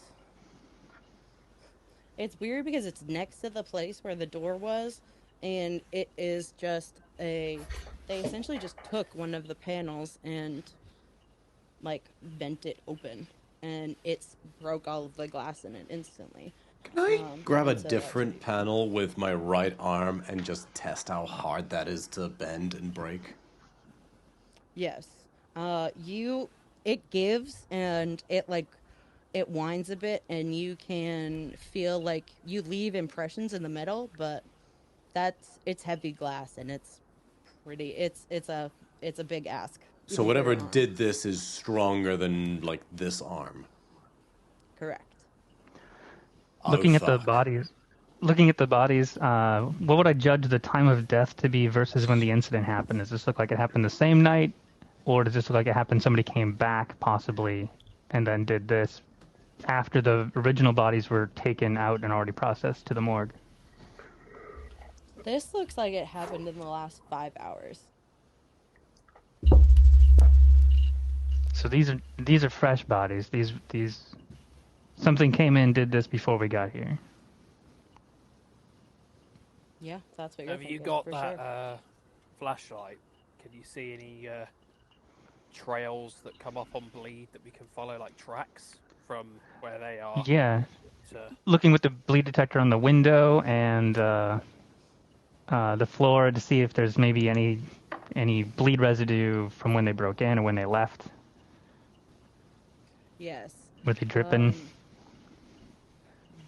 Okay, so you are able to catch the bleed from. You're able to trace the bleed from the mother, and the bleed that she had in her, and you can pick that up and you can follow it, and um, the way that the drops are that you are following, it looks like whatever took her stomach and kidneys, like, held it in either a bag or in their hands, or like had to hold those together to leave here.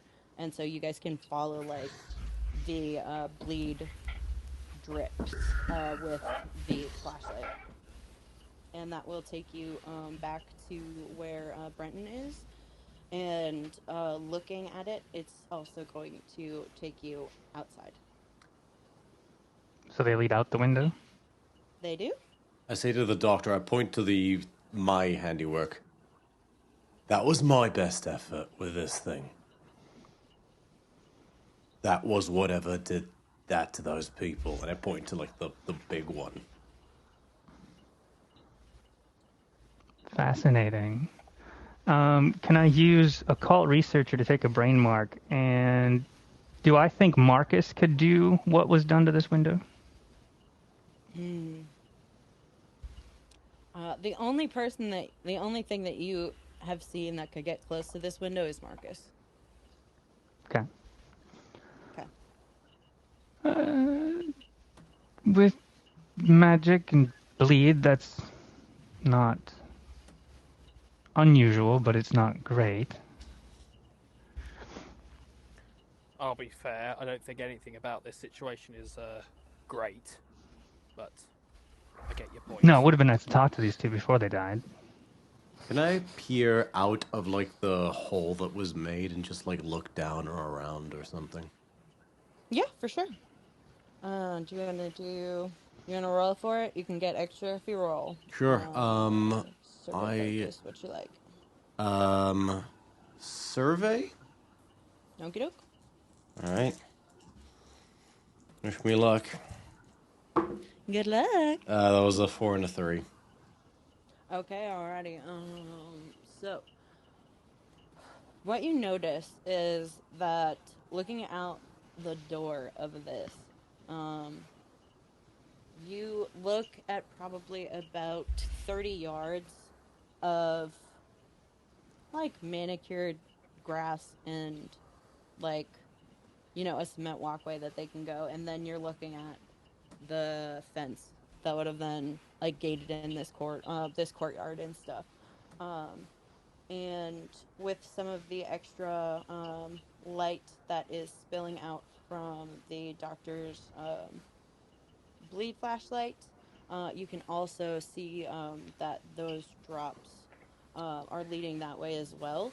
And also, too, that there is a much bigger pool of bleed on the outside of this leading in than there was on the interior. Fuck. Alright, well, we know where we're going. How deep is it? That drop. Can you see? Can I see? That drop If you go to that drop where you can see it through into the rest of the layers of this place, it's going to be the gap in between the fence that they have and where the street that you walked in from. So that stepping over that threshold, most people try to not look because there is a very high likelihood that you're going to catch either a glimpse of the water or somebody walking underneath you. The heights are kind of dizzying if you catch the bottom. But you guys probably have about 30 yards of grass and solid land before you're looking at a drop of any kind. And does it look like the way that we need to go is going to be down and into the bowels, or are we going? It is down to the bowels. Okay, great. Mm-hmm. In which case, I'm glad I did this because I read that as well. So, always being one step ahead, I can produce a useful mundane object that I've had with me all along, and I actually already pre-assumed this was going to be the case. So, reaching into my a couple of my pockets, I pull out some what I was effectively collecting from all those bookshelves, and I pull out a set of climbing gear. Nice.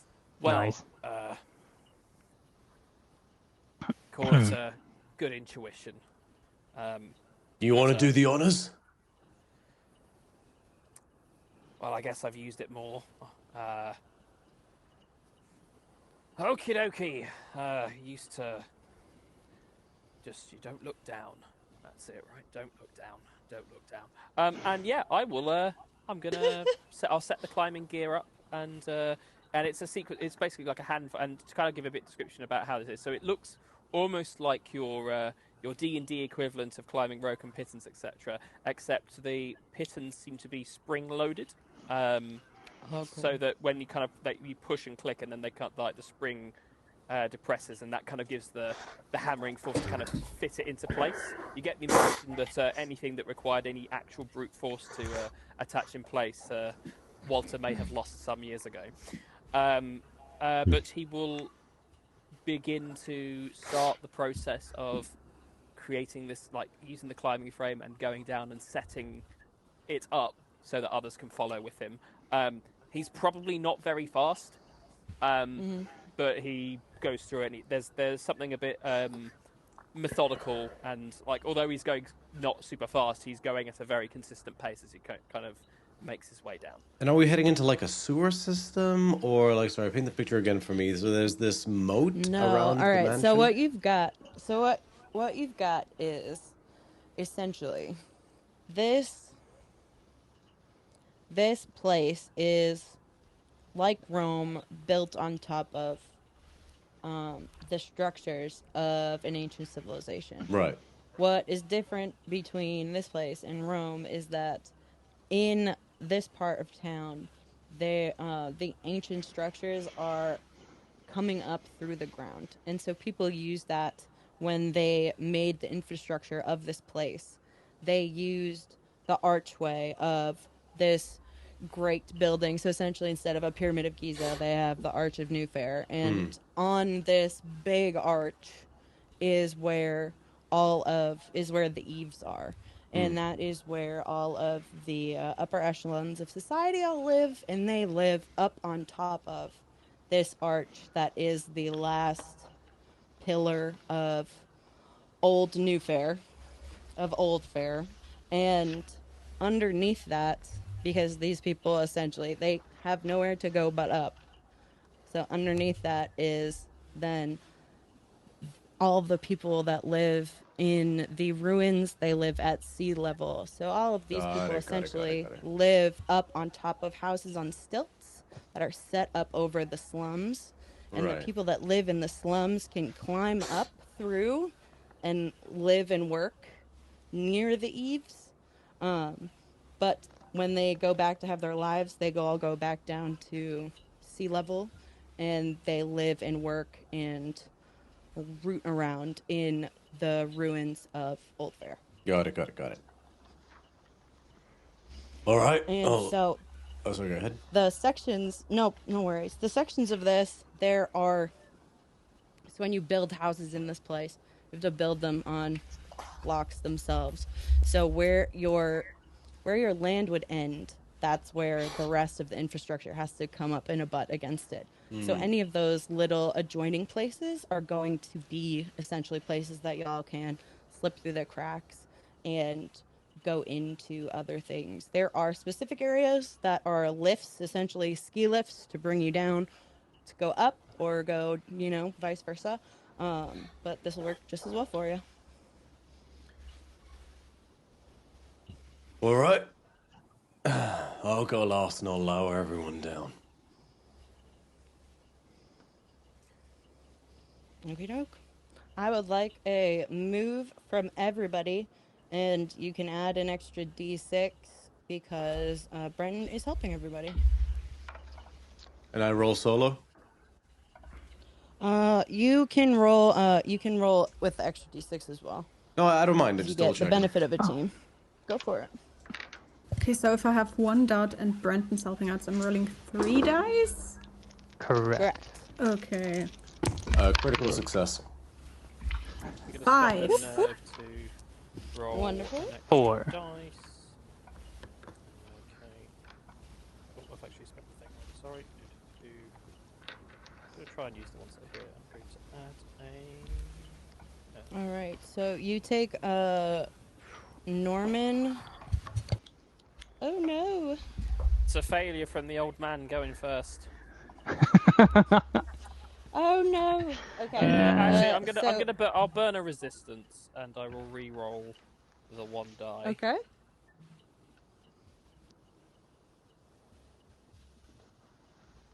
Mixed success. And so it begins.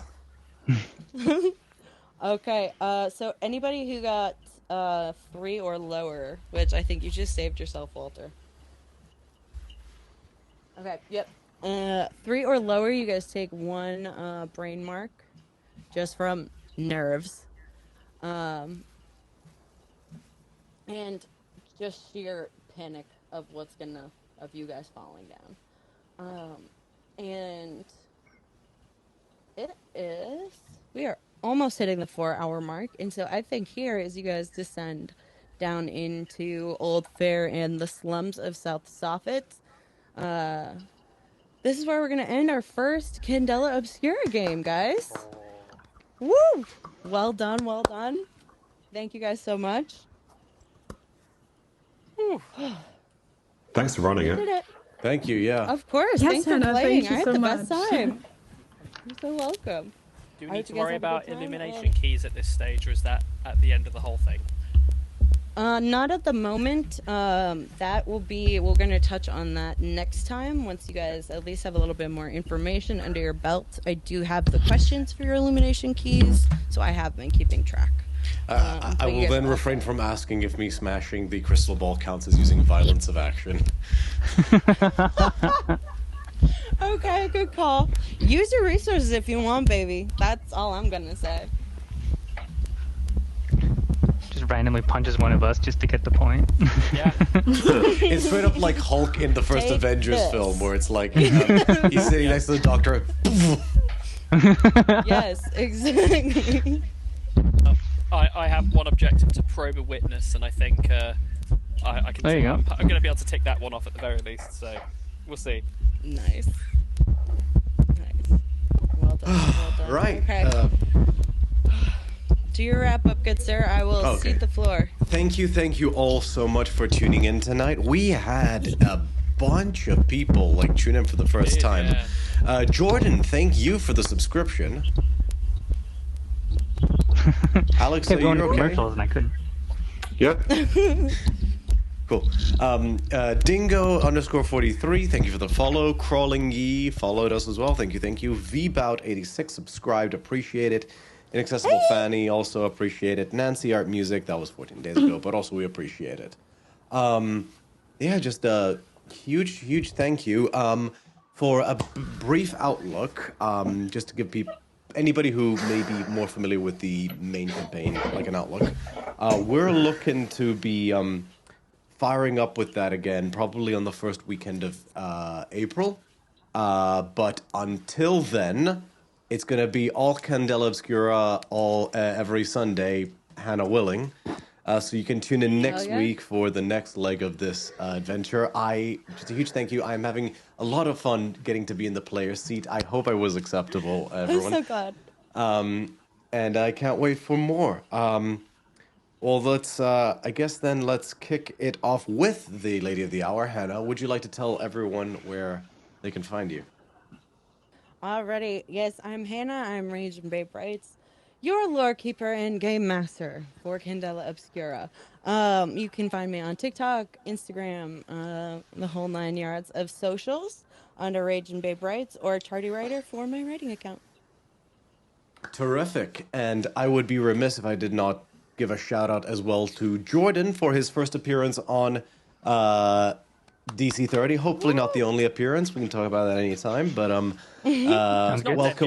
welcome. No kidding. Would you like to say whatever you'd like to say to these fine folks? Talk about yourself. Talk about anything you're working on. The floor is yours. No, I got nothing going on, so I'm good. I see the floor, actually. Yeah. I exist and you're welcome. Fair. I take his thanks. Don't give it to him. Give them to me. In that case, we'll climb up, then we'll loop background. Tamara, daughter of mine. Oh yeah. Yeah, I completely forgot what my usual spiel is. Most places on the internet you can find me at mar_inated, except for Instagram and Threads, where it's mar_inated. And we will pin drop, at least in terms of the layout I'm seeing on the stream, to Alex. Hello. Well, thank you for joining us. Would you like to take it away? Yeah, you can find me at XanderLeeVA on the Clock app and here on Sundays for DC 30 and Candela Obscura. Yeah. Amazing. And Moss, I will just give you time, and you can do with it what you wish. Oh, I have all the time. It's great. So I don't know what social media is, so you'll never find me there. But as always, what makes our games great is firstly all the great players, including our storytellers and DMs, but also all that content that we can find from all our creatives that offer their amazing resources and materials, artwork, simple things like tools to be able to convert artwork into tokens for the purpose of when we're playing these games as well. We didn't touch a great deal on it, but the source of music we can find there as well. We've kind of got a very well-established rule set thanks to Candela Obscura, so we're not necessarily deviating too much from that source material itself. But those that create additional rule sets and content for those games really is what kind of makes good games great. So a big thanks to everyone that has a creative bone in their body. Please continue doing what you're doing because it's what makes these games what they are. Thank you. I've got a few people I need to shout out. So to that point, I need to give a world of credit to Darren Curtis of Darren Curtis Music for all the music you're going to be hearing throughout this. So you can find him on darrencurtismusic.com. Whole bunch of cool royalty-free stuff, and I think there's some paid stuff as well. You can donate, support him.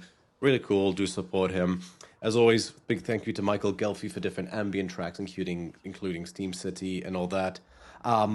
Huge thank you to Daniel Kasmar, or as I know him on Discord as DJ Narnia, for this terrific new layout that he made for us, this occult layout. Do you guys want to quickly see the battle layout as well? I'll quickly do a switch over. Yes. I'm loving the Theros subverted to Candela vibes that Yeah. it gets as well. It's beautiful. I was very specific. He didn't even do it on purpose, but he also added He knew what we liked. He knew what we liked. He knew what we liked. But this is the battle layout. You can check it out on stream. Nice. It's going to be so good. It's beautiful. All right, we'll switch back to that. But yeah, huge shout out to Daniel. Really appreciate all you do. And Thanks, Daniel. I'll give everyone a bunch of credit in the YouTube description as well. As for me, you can find me on Instagram for all my cosplay content at electrum_cosplay. You can find all the show's socials at DC30 Official on all platforms.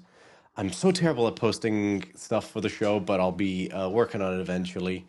We'll maybe relying maybe on some of you guys to like if you guys have any suggestions for clips or things like that from any Candela Obscura stuff, I'll totally edit them into a thing, like I did with Theranos and stuff like that. People's reactions and stuff like that. Anything you think is good. That's the main gist for me. So I'll give a final huge thank you to the audience for joining us on this spooky adventure, and we hope you'll join us next week for more to come.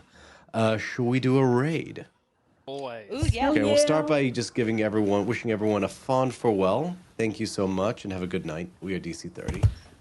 Thank you. Bye.